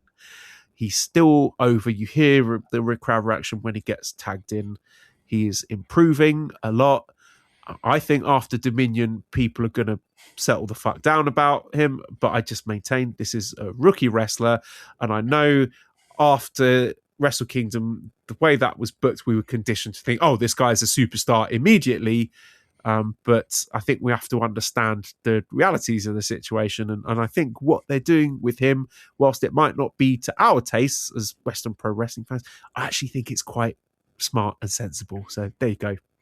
All right, fair enough. I tend to sit in the other camp a little bit, in the sense of you had great momentum, and that has been, the brakes have been hit on that, it seems like. Now he's going to be in this well-protected multi-man tag, and he'll have, correct me if I'm wrong, this will be broadcasted TV Asahi. Dominion will be. Oh, Dominion. Well, fuck that. Okay. So that's what I'm saying. This is for the casual fans who parachuted in for Wrestle Kingdom. They'll come back for Dominion and they'll see Aaron Wolf looking like a star again. Right. And they could have capitalized on it and made him a cool and awesome wrestler who was beating everyone between Wrestle Kingdom and Dominion, but then no one would have been watching. Only the lunatics like us. So it doesn't matter if a tree falls down in the woods and no one's there to hear it. Does it make a sound? That's a good point. Yeah, that's a good point. I just think he had a lot of momentum. Imagine if he was just like a little bit of a bulldozer and just, I'm not saying he's wrestling on every show in a singles match and he's, winning in 5 minutes. He's not fucking Goldberg. I'm not asking for that. I think that is what people are asking for, though. Really? Really? Do you think people are asking for that? Or he's just fucking judo tossing everybody left and right? I think there's a balance. Really? I think there's a balance. There's a balance between... Yeah, it's somewhere between a Goldberg run and losing to Don Farley. Right, looking like a fucking boob. Right, exactly. Okay. Very good. We can agree on that. All right. Okay, and then we have got, this is interesting, fourth match, El Desperado, Taichi, and Yota Uemura against Great Okan, Henare, and the returning Will Ospreay. How about that? So there's been a lot of buzz about this. Interesting that there's been some back and forth on Twitter between Ospreay and Callum Newman, where seemingly they're supporting each other. If you've got my back, I've got yours. Essex boys running the wrestling world, which was an interesting wrinkle to the story. Mm-hmm. Now, we all know that the inevitable destination here is a Will Ospreay, Callum Newman singles match, probably at Wrestle Kingdom, if I had to guess, and some kind of scenario where Callum Newman viciously attacks Will Ospreay.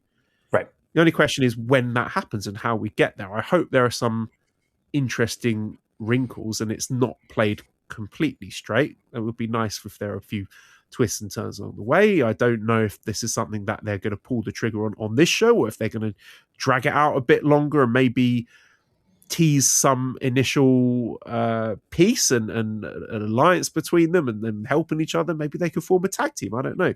But what are your thoughts on Will Ospreay's return to New Japan Pro Wrestling? One, I think it's good to see. I don't have a problem with it.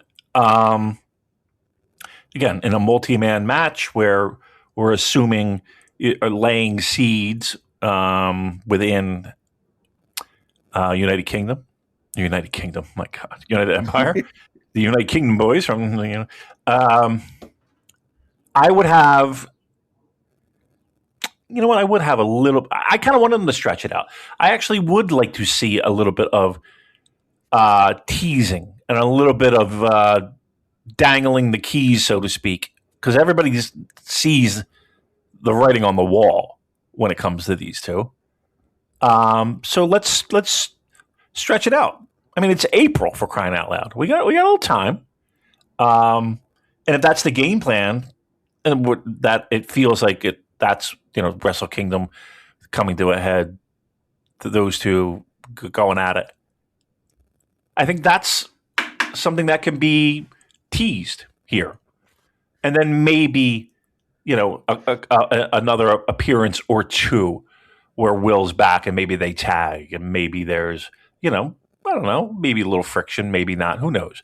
Then the quote unquote turn, and then away we go.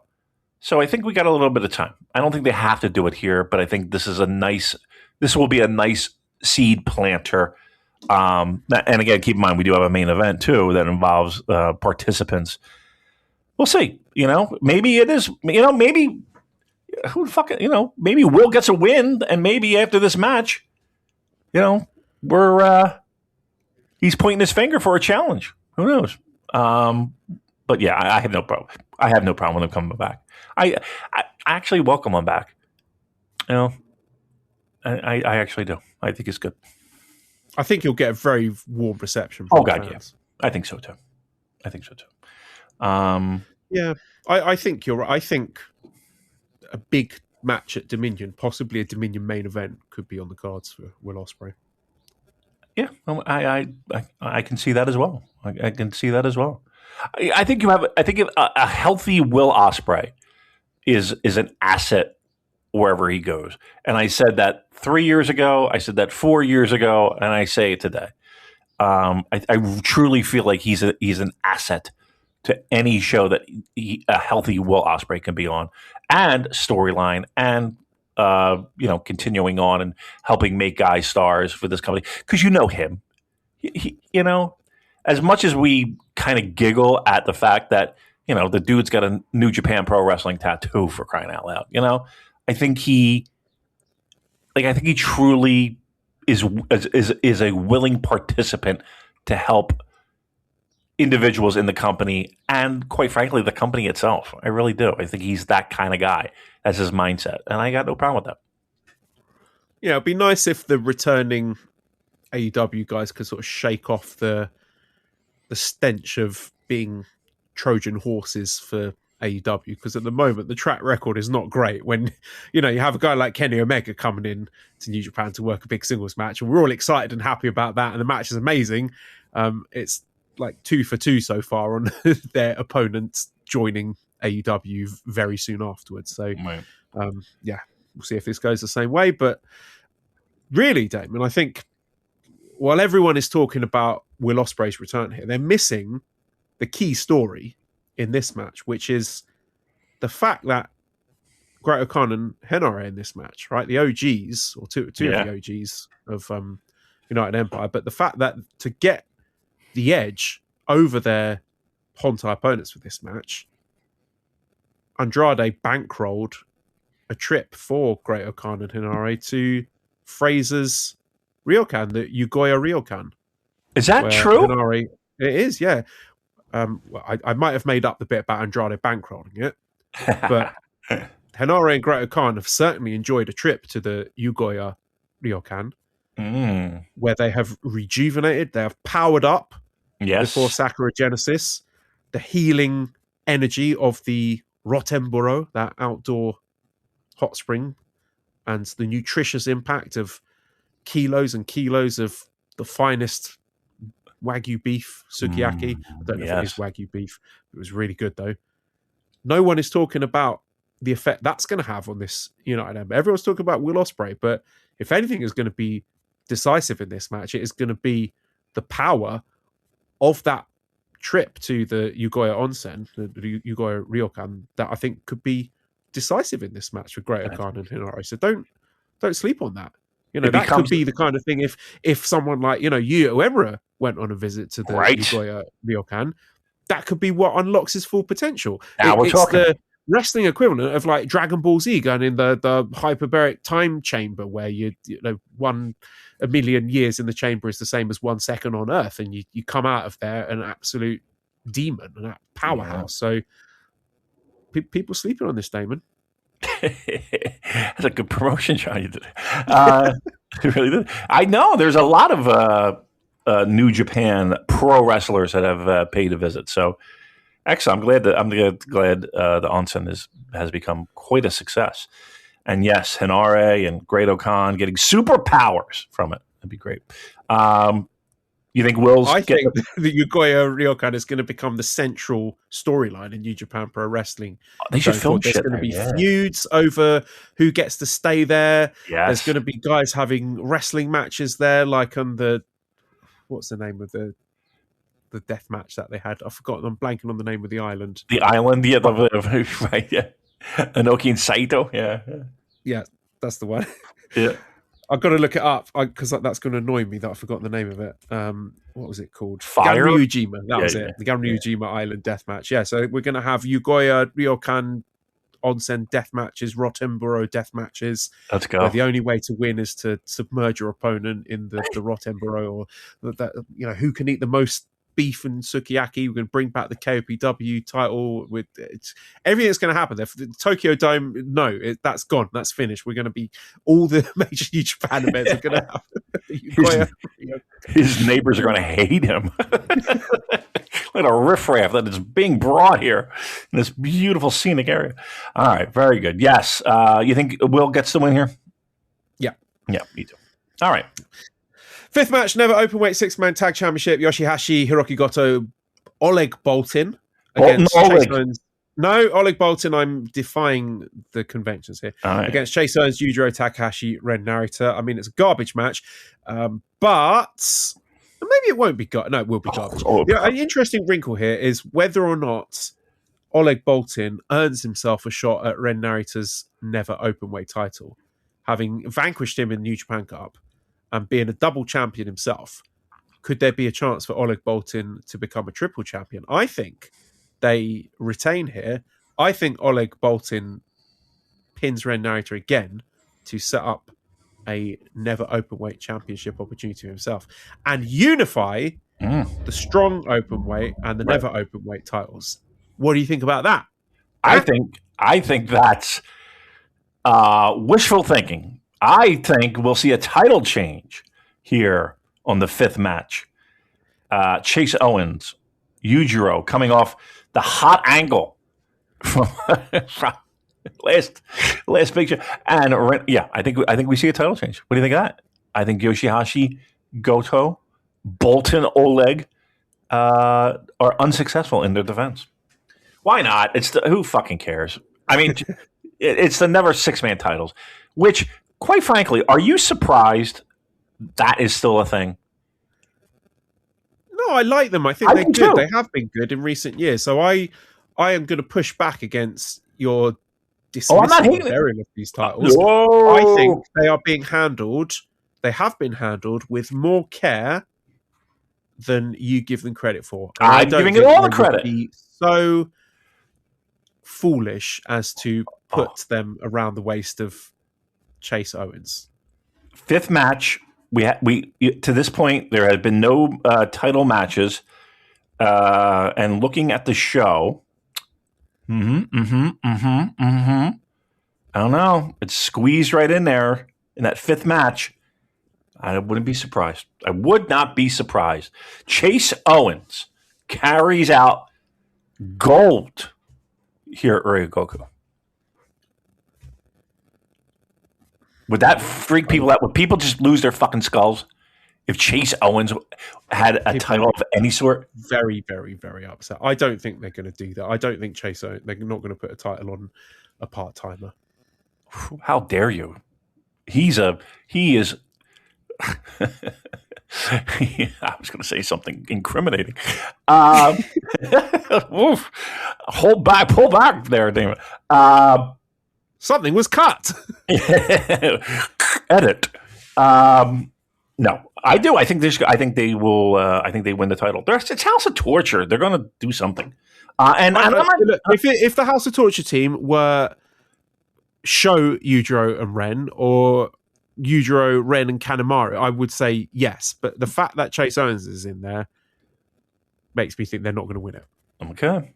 All right. Well, you want to bet £1 /American? He's meat in the room, Damon. He just, when they need to fill up the card, that's what he's there for. I don't think they're going to put a title on him.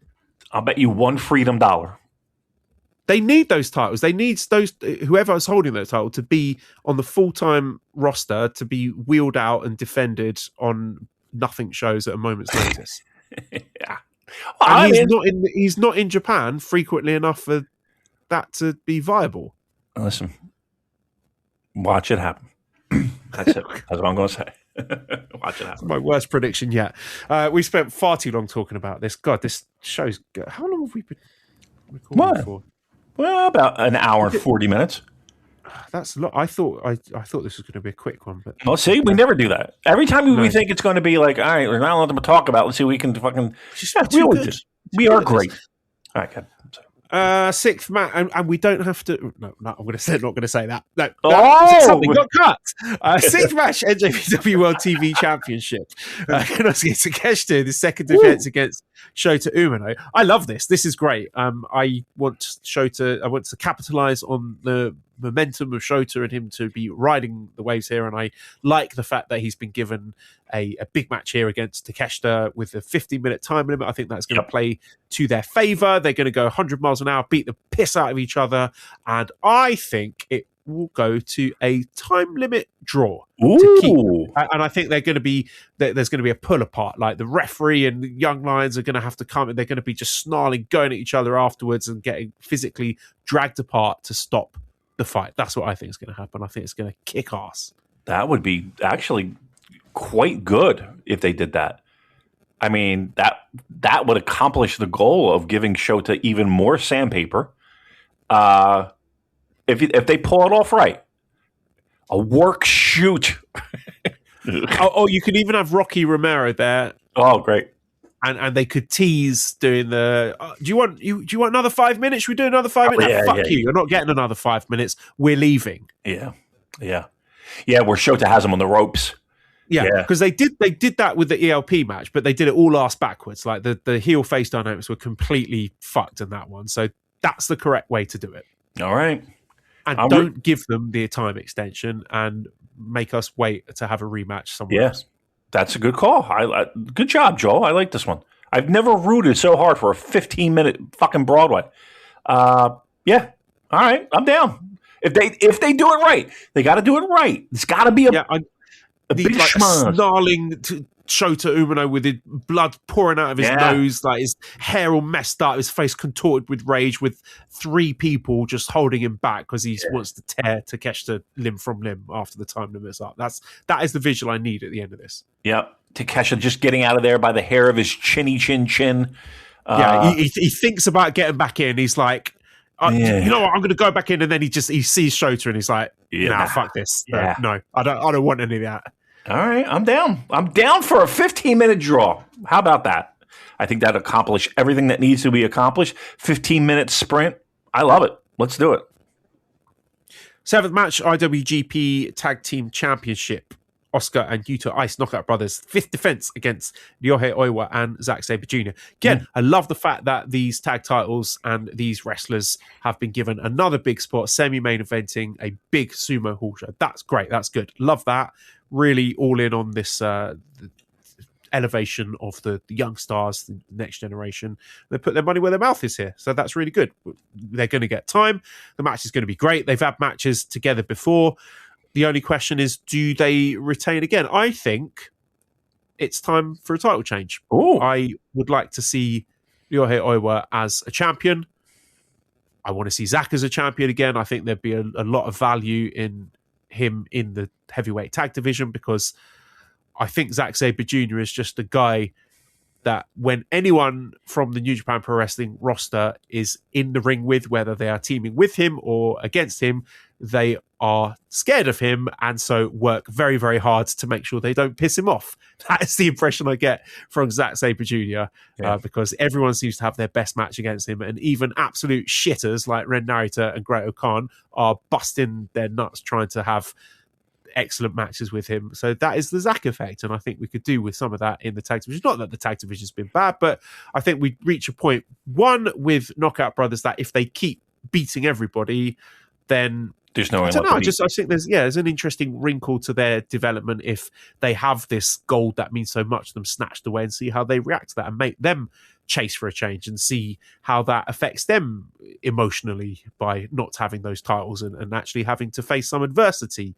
And also, I think Oiwa has had a lot of failed title challenges. I know he won World Tag League, but I think at some point he needs to win something. So I think tag championship would be an entirely appropriate next step in his development. So there you go. I'm with you. Zack makes people better. Like just being in feuds, in the ring with them, tag, whatever the case may be, single, whatever. He just makes people better. So that's a plus. I think Knockout Brothers have been great, exceeding my expectations, and have made the titles much must watch. And the placement on the card kind of speaks to that. Oiwa needs something. He needs a win. I feel like he's one guy that has been left behind a little bit. So him getting a title and a strong tag team with Zack, like I have no problem with that. Do I think there's going to be a title change? Honestly, I don't, but it doesn't matter if they did. I think both teams, and like it would be cool just to have Knockout Brothers, right, chasing instead of defending, right? Sometimes you even gain even more momentum when you're in the chase as opposed to successfully defending. So I'd be okay with whatever way they went, honestly. But to me, Oiwa needs the win. Like he needs a title. He needs to feel significant. He needs to feel important. And I think all the other guys, it's not going to hurt them if they lose. So why not just by default give him the win? Zack carries it along, and then away we go. Now we have other fun stuff in a fucking tag division that, was on life support at certain points.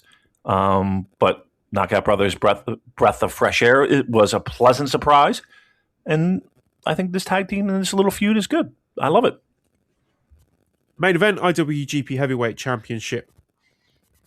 Yota Tsuji, the champion, second defense against the challenger and New Japan Cup winner Callum Newman. So I'm going to launch the discussion here with a question from Daryl. Says, would it be better to further establish Yota as the new ace with a win, or elevate Callum as his new rival with Evil and Gabe gone and Shota, Ren and Yuya not stepping up? Can we trust Callum with a big boy belt? Would reports of a 3-year deal for Newman support this? Frankly, Callum has improved tremendously over the last 2 years, and Yota needs a foil. This feud could potentially stretch out for years.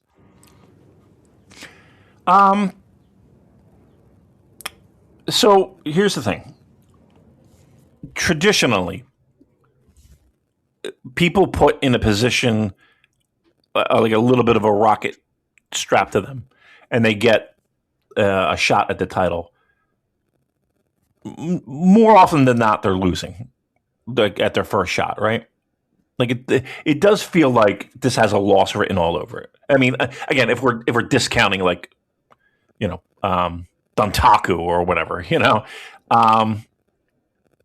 I guess I'll answer your question with a question. I'll give you my opinion first. I feel like Tsuji is a guy that they had available. They had to make a change. They had to get the title off of Takeshita. They had Tsuji, who was ready at the time and is ready now. Is he like a top tier guy that you're going to bank on for, countless years at the top? Yes. But like, is he in that position right now? Like, do you think of him as like the absolute face of the company right now? Yes, but not long term. I think it's more interesting and exciting to have a bit of a power vacuum there with lots of guys fighting over it and a bit of uncertainty rather than being like, oh, well, this is the top guy now and everyone else is below him. Right. Like, I think he was the guy that was most ready at that time. And that is not to say that he's not going to have other runs, right? And I'm not even saying that he loses here. I'm a kind of like, if you Super J-Cast branded gun to my head, I think Tsuji wins. And And that's not to say that they wouldn't. Like, do you go with the hot hand? I think both of them are hot hands, though. This one's tough. But I will say this. I think in some fashion, in some way, whether it's interference, whether it's planting seeds, whether it's whatever, I think, and I don't know if you feel the same way, I feel like this has Ospreay involvement in some fashion. Like it doesn't feel like a clean win. It doesn't feel like, and I don't know if they would do that in a main event on a big show like that. I don't know if it's just a matter of Will coming down and sticking his finger in his chest and challenging. I don't know. I do you think they? I don't think they do. I don't think they. I think Tsuji successfully defends. I can make the case for it. Like there is the precedent for New Japan giving the hot new heel the cup of coffee run with the title to establish them as a top guy, as a threat. You know, they did it with Naito, they did it with Jay White, they did it with Evil. Did they do it with Ospreay? Kind of, yeah. I mean, that was a bit of a tricky one because it was COVID and there was a lot of moving parts there. But they have done it before. That's my point. So it would not shock me at all if Callum did win through nefarious means, you know, a little bit of misdirection from Zane J there to protect Tsuji, just to give Callum Newman that short run with the title to establish him as being a top guy if the New Japan Cup win itself didn't achieve that. I do feel that for his story, it would be more interesting for him to fail and be angry and resentful about that, and then Will to come out and be like, oh, I got your back, brother. I challenge you, Tsuji. Me and you, I don't know, Dominion, right? And then Tsuji defends against Ospreay at Dominion. Maybe Ospreay wins the title. I don't know. Just some kind of situation where Ospreay thinks he's stepping in and doing the right thing and being a hero and defending United Empire and defending his little brother Callum Newman, but ends up pissing off Newman even more, where that just rage and resentment just continues to bubble up, where he's like, this motherfucker abandoned us and I had to drag and claw and scrape and bring this faction up from nothing, and now that I've made it good again, he suddenly swans in again, and in my bitterest moment of defeat, he steals the spotlight and makes everything about him again, and just really build up that tension and tease that moment of betrayal, but just don't deliver it. Just keep us hanging on and waiting and waiting and waiting for it until finally delivering. And I think that story is more dramatic and satisfying without Callum Newman being a world champion. Yep, I'm with you. I'm with you. And they have time to tell that. They have time to have that play out. Yeah, I think Tsuji wins. I think they'll make the most sense to me. I think Newman doesn't necessarily need to win it right now. There can be other things kind of stewing in the background that help facilitate a little bit more of a United Empire in fighting. And yeah, I'm with you. I think Tsuji successfully defends. But that being said, this has a chance to be a fucking great match. It really does. It does have the chance to be dramatic and physical and bright spotlight for both guys once again. Like it has the potential to be great. That's what I'm most excited for. One, the idea of, man, we had the opportunity to plant some fucking seeds here. And two, we have a chance for both guys in the brightest of spotlights to shine and show us what you got. That's where my head is right now. Yeah, and I saw this coming with Callum's improvements during last year's G1 Climax, and so no, it just seemed that a lot of people were whiffing on that and not really paying attention to it. And I was there with my daily update saying, look, pay attention to this guy. He's changed. He is rapidly improving right before our eyes. There is something people don't take that into consideration. They form an opinion, and it's like they dig their fucking heels in, and they're digging their heels on an 18-year-old kid in a big boy promotion overseas, living away from home, and trying to find a fucking groove. Like he's not the same guy. It's amazing how people will just dig their fucking heels in and not allow for even the remote possibility that an 18-year-old can grow into a 21, 22-year-old and improve at the same time. Like that's just boggles my mind. Yeah. And not even, it doesn't have to be young guys. Like a 30-year-old could come into New Japan Pro Wrestling after working the Indies or the UK scene or whatever, and give them 2-3 years in New Japan, and they will improve rapidly. Just this fixed mindset of like a guy comes in and that is it. That is their final finished form, and they're never going to improve or change from that. It's just really bizarre to me, this kind of culture we've got where everyone wants to have the first take, the hot take, and be right and be like, oh, I was the first person to say this, and just doubling down on things where it's a shifting landscape where we're working with imperfect data and things change, people improve, people get worse, situations change, injuries. They're just so little nuance, space for that in the discussions where everything has got to be discussed in absolutes. And well, all those people look very foolish indeed now, don't they, Damon? I would agree. Yeah, I'll just throw this in there. I think Yota Tsuji actually said he wants to defend the title. So I said he wants to defend it against Shingo. He actually said he wants to defend it against Ospreay as well. And he did specify in Japan, not in AEW. And I mean, this could just be classic New Japan word saying, but Yota Tsuji does have a track record of stuff that he says turning out to be correct. So yeah, I think that's your outcome here. I think Yota Tsuji wins, and we're heading towards a Yota Tsuji Will Ospreay match at some point. I'm totally fine with all of that. Give me a ceiling of expectations with this match. I know you don't like to throw around the stars, but you can call it loaf of bread. I don't give a fuck. But where do you see? How many loaves of bread do you give this? Do I think it will be a match worthy of a Sumo Hall main event?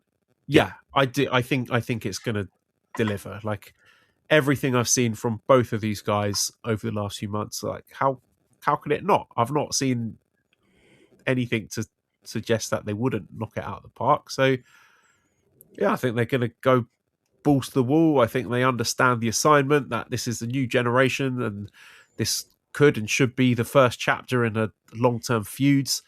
They've got history together in the UK. I think that was referenced in backstage comments. So yeah, it's got all the ingredients you'd want for an absolutely killer main event. This could be, once again, one of those put the flag in the sand kind of moments, man. This is an important fucking match. It really is.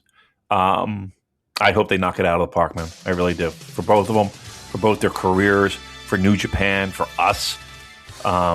Yeah, I hope they fucking crush it. I really do. I'll be praying to the pro wrestling gods for that. They need it. See you next week.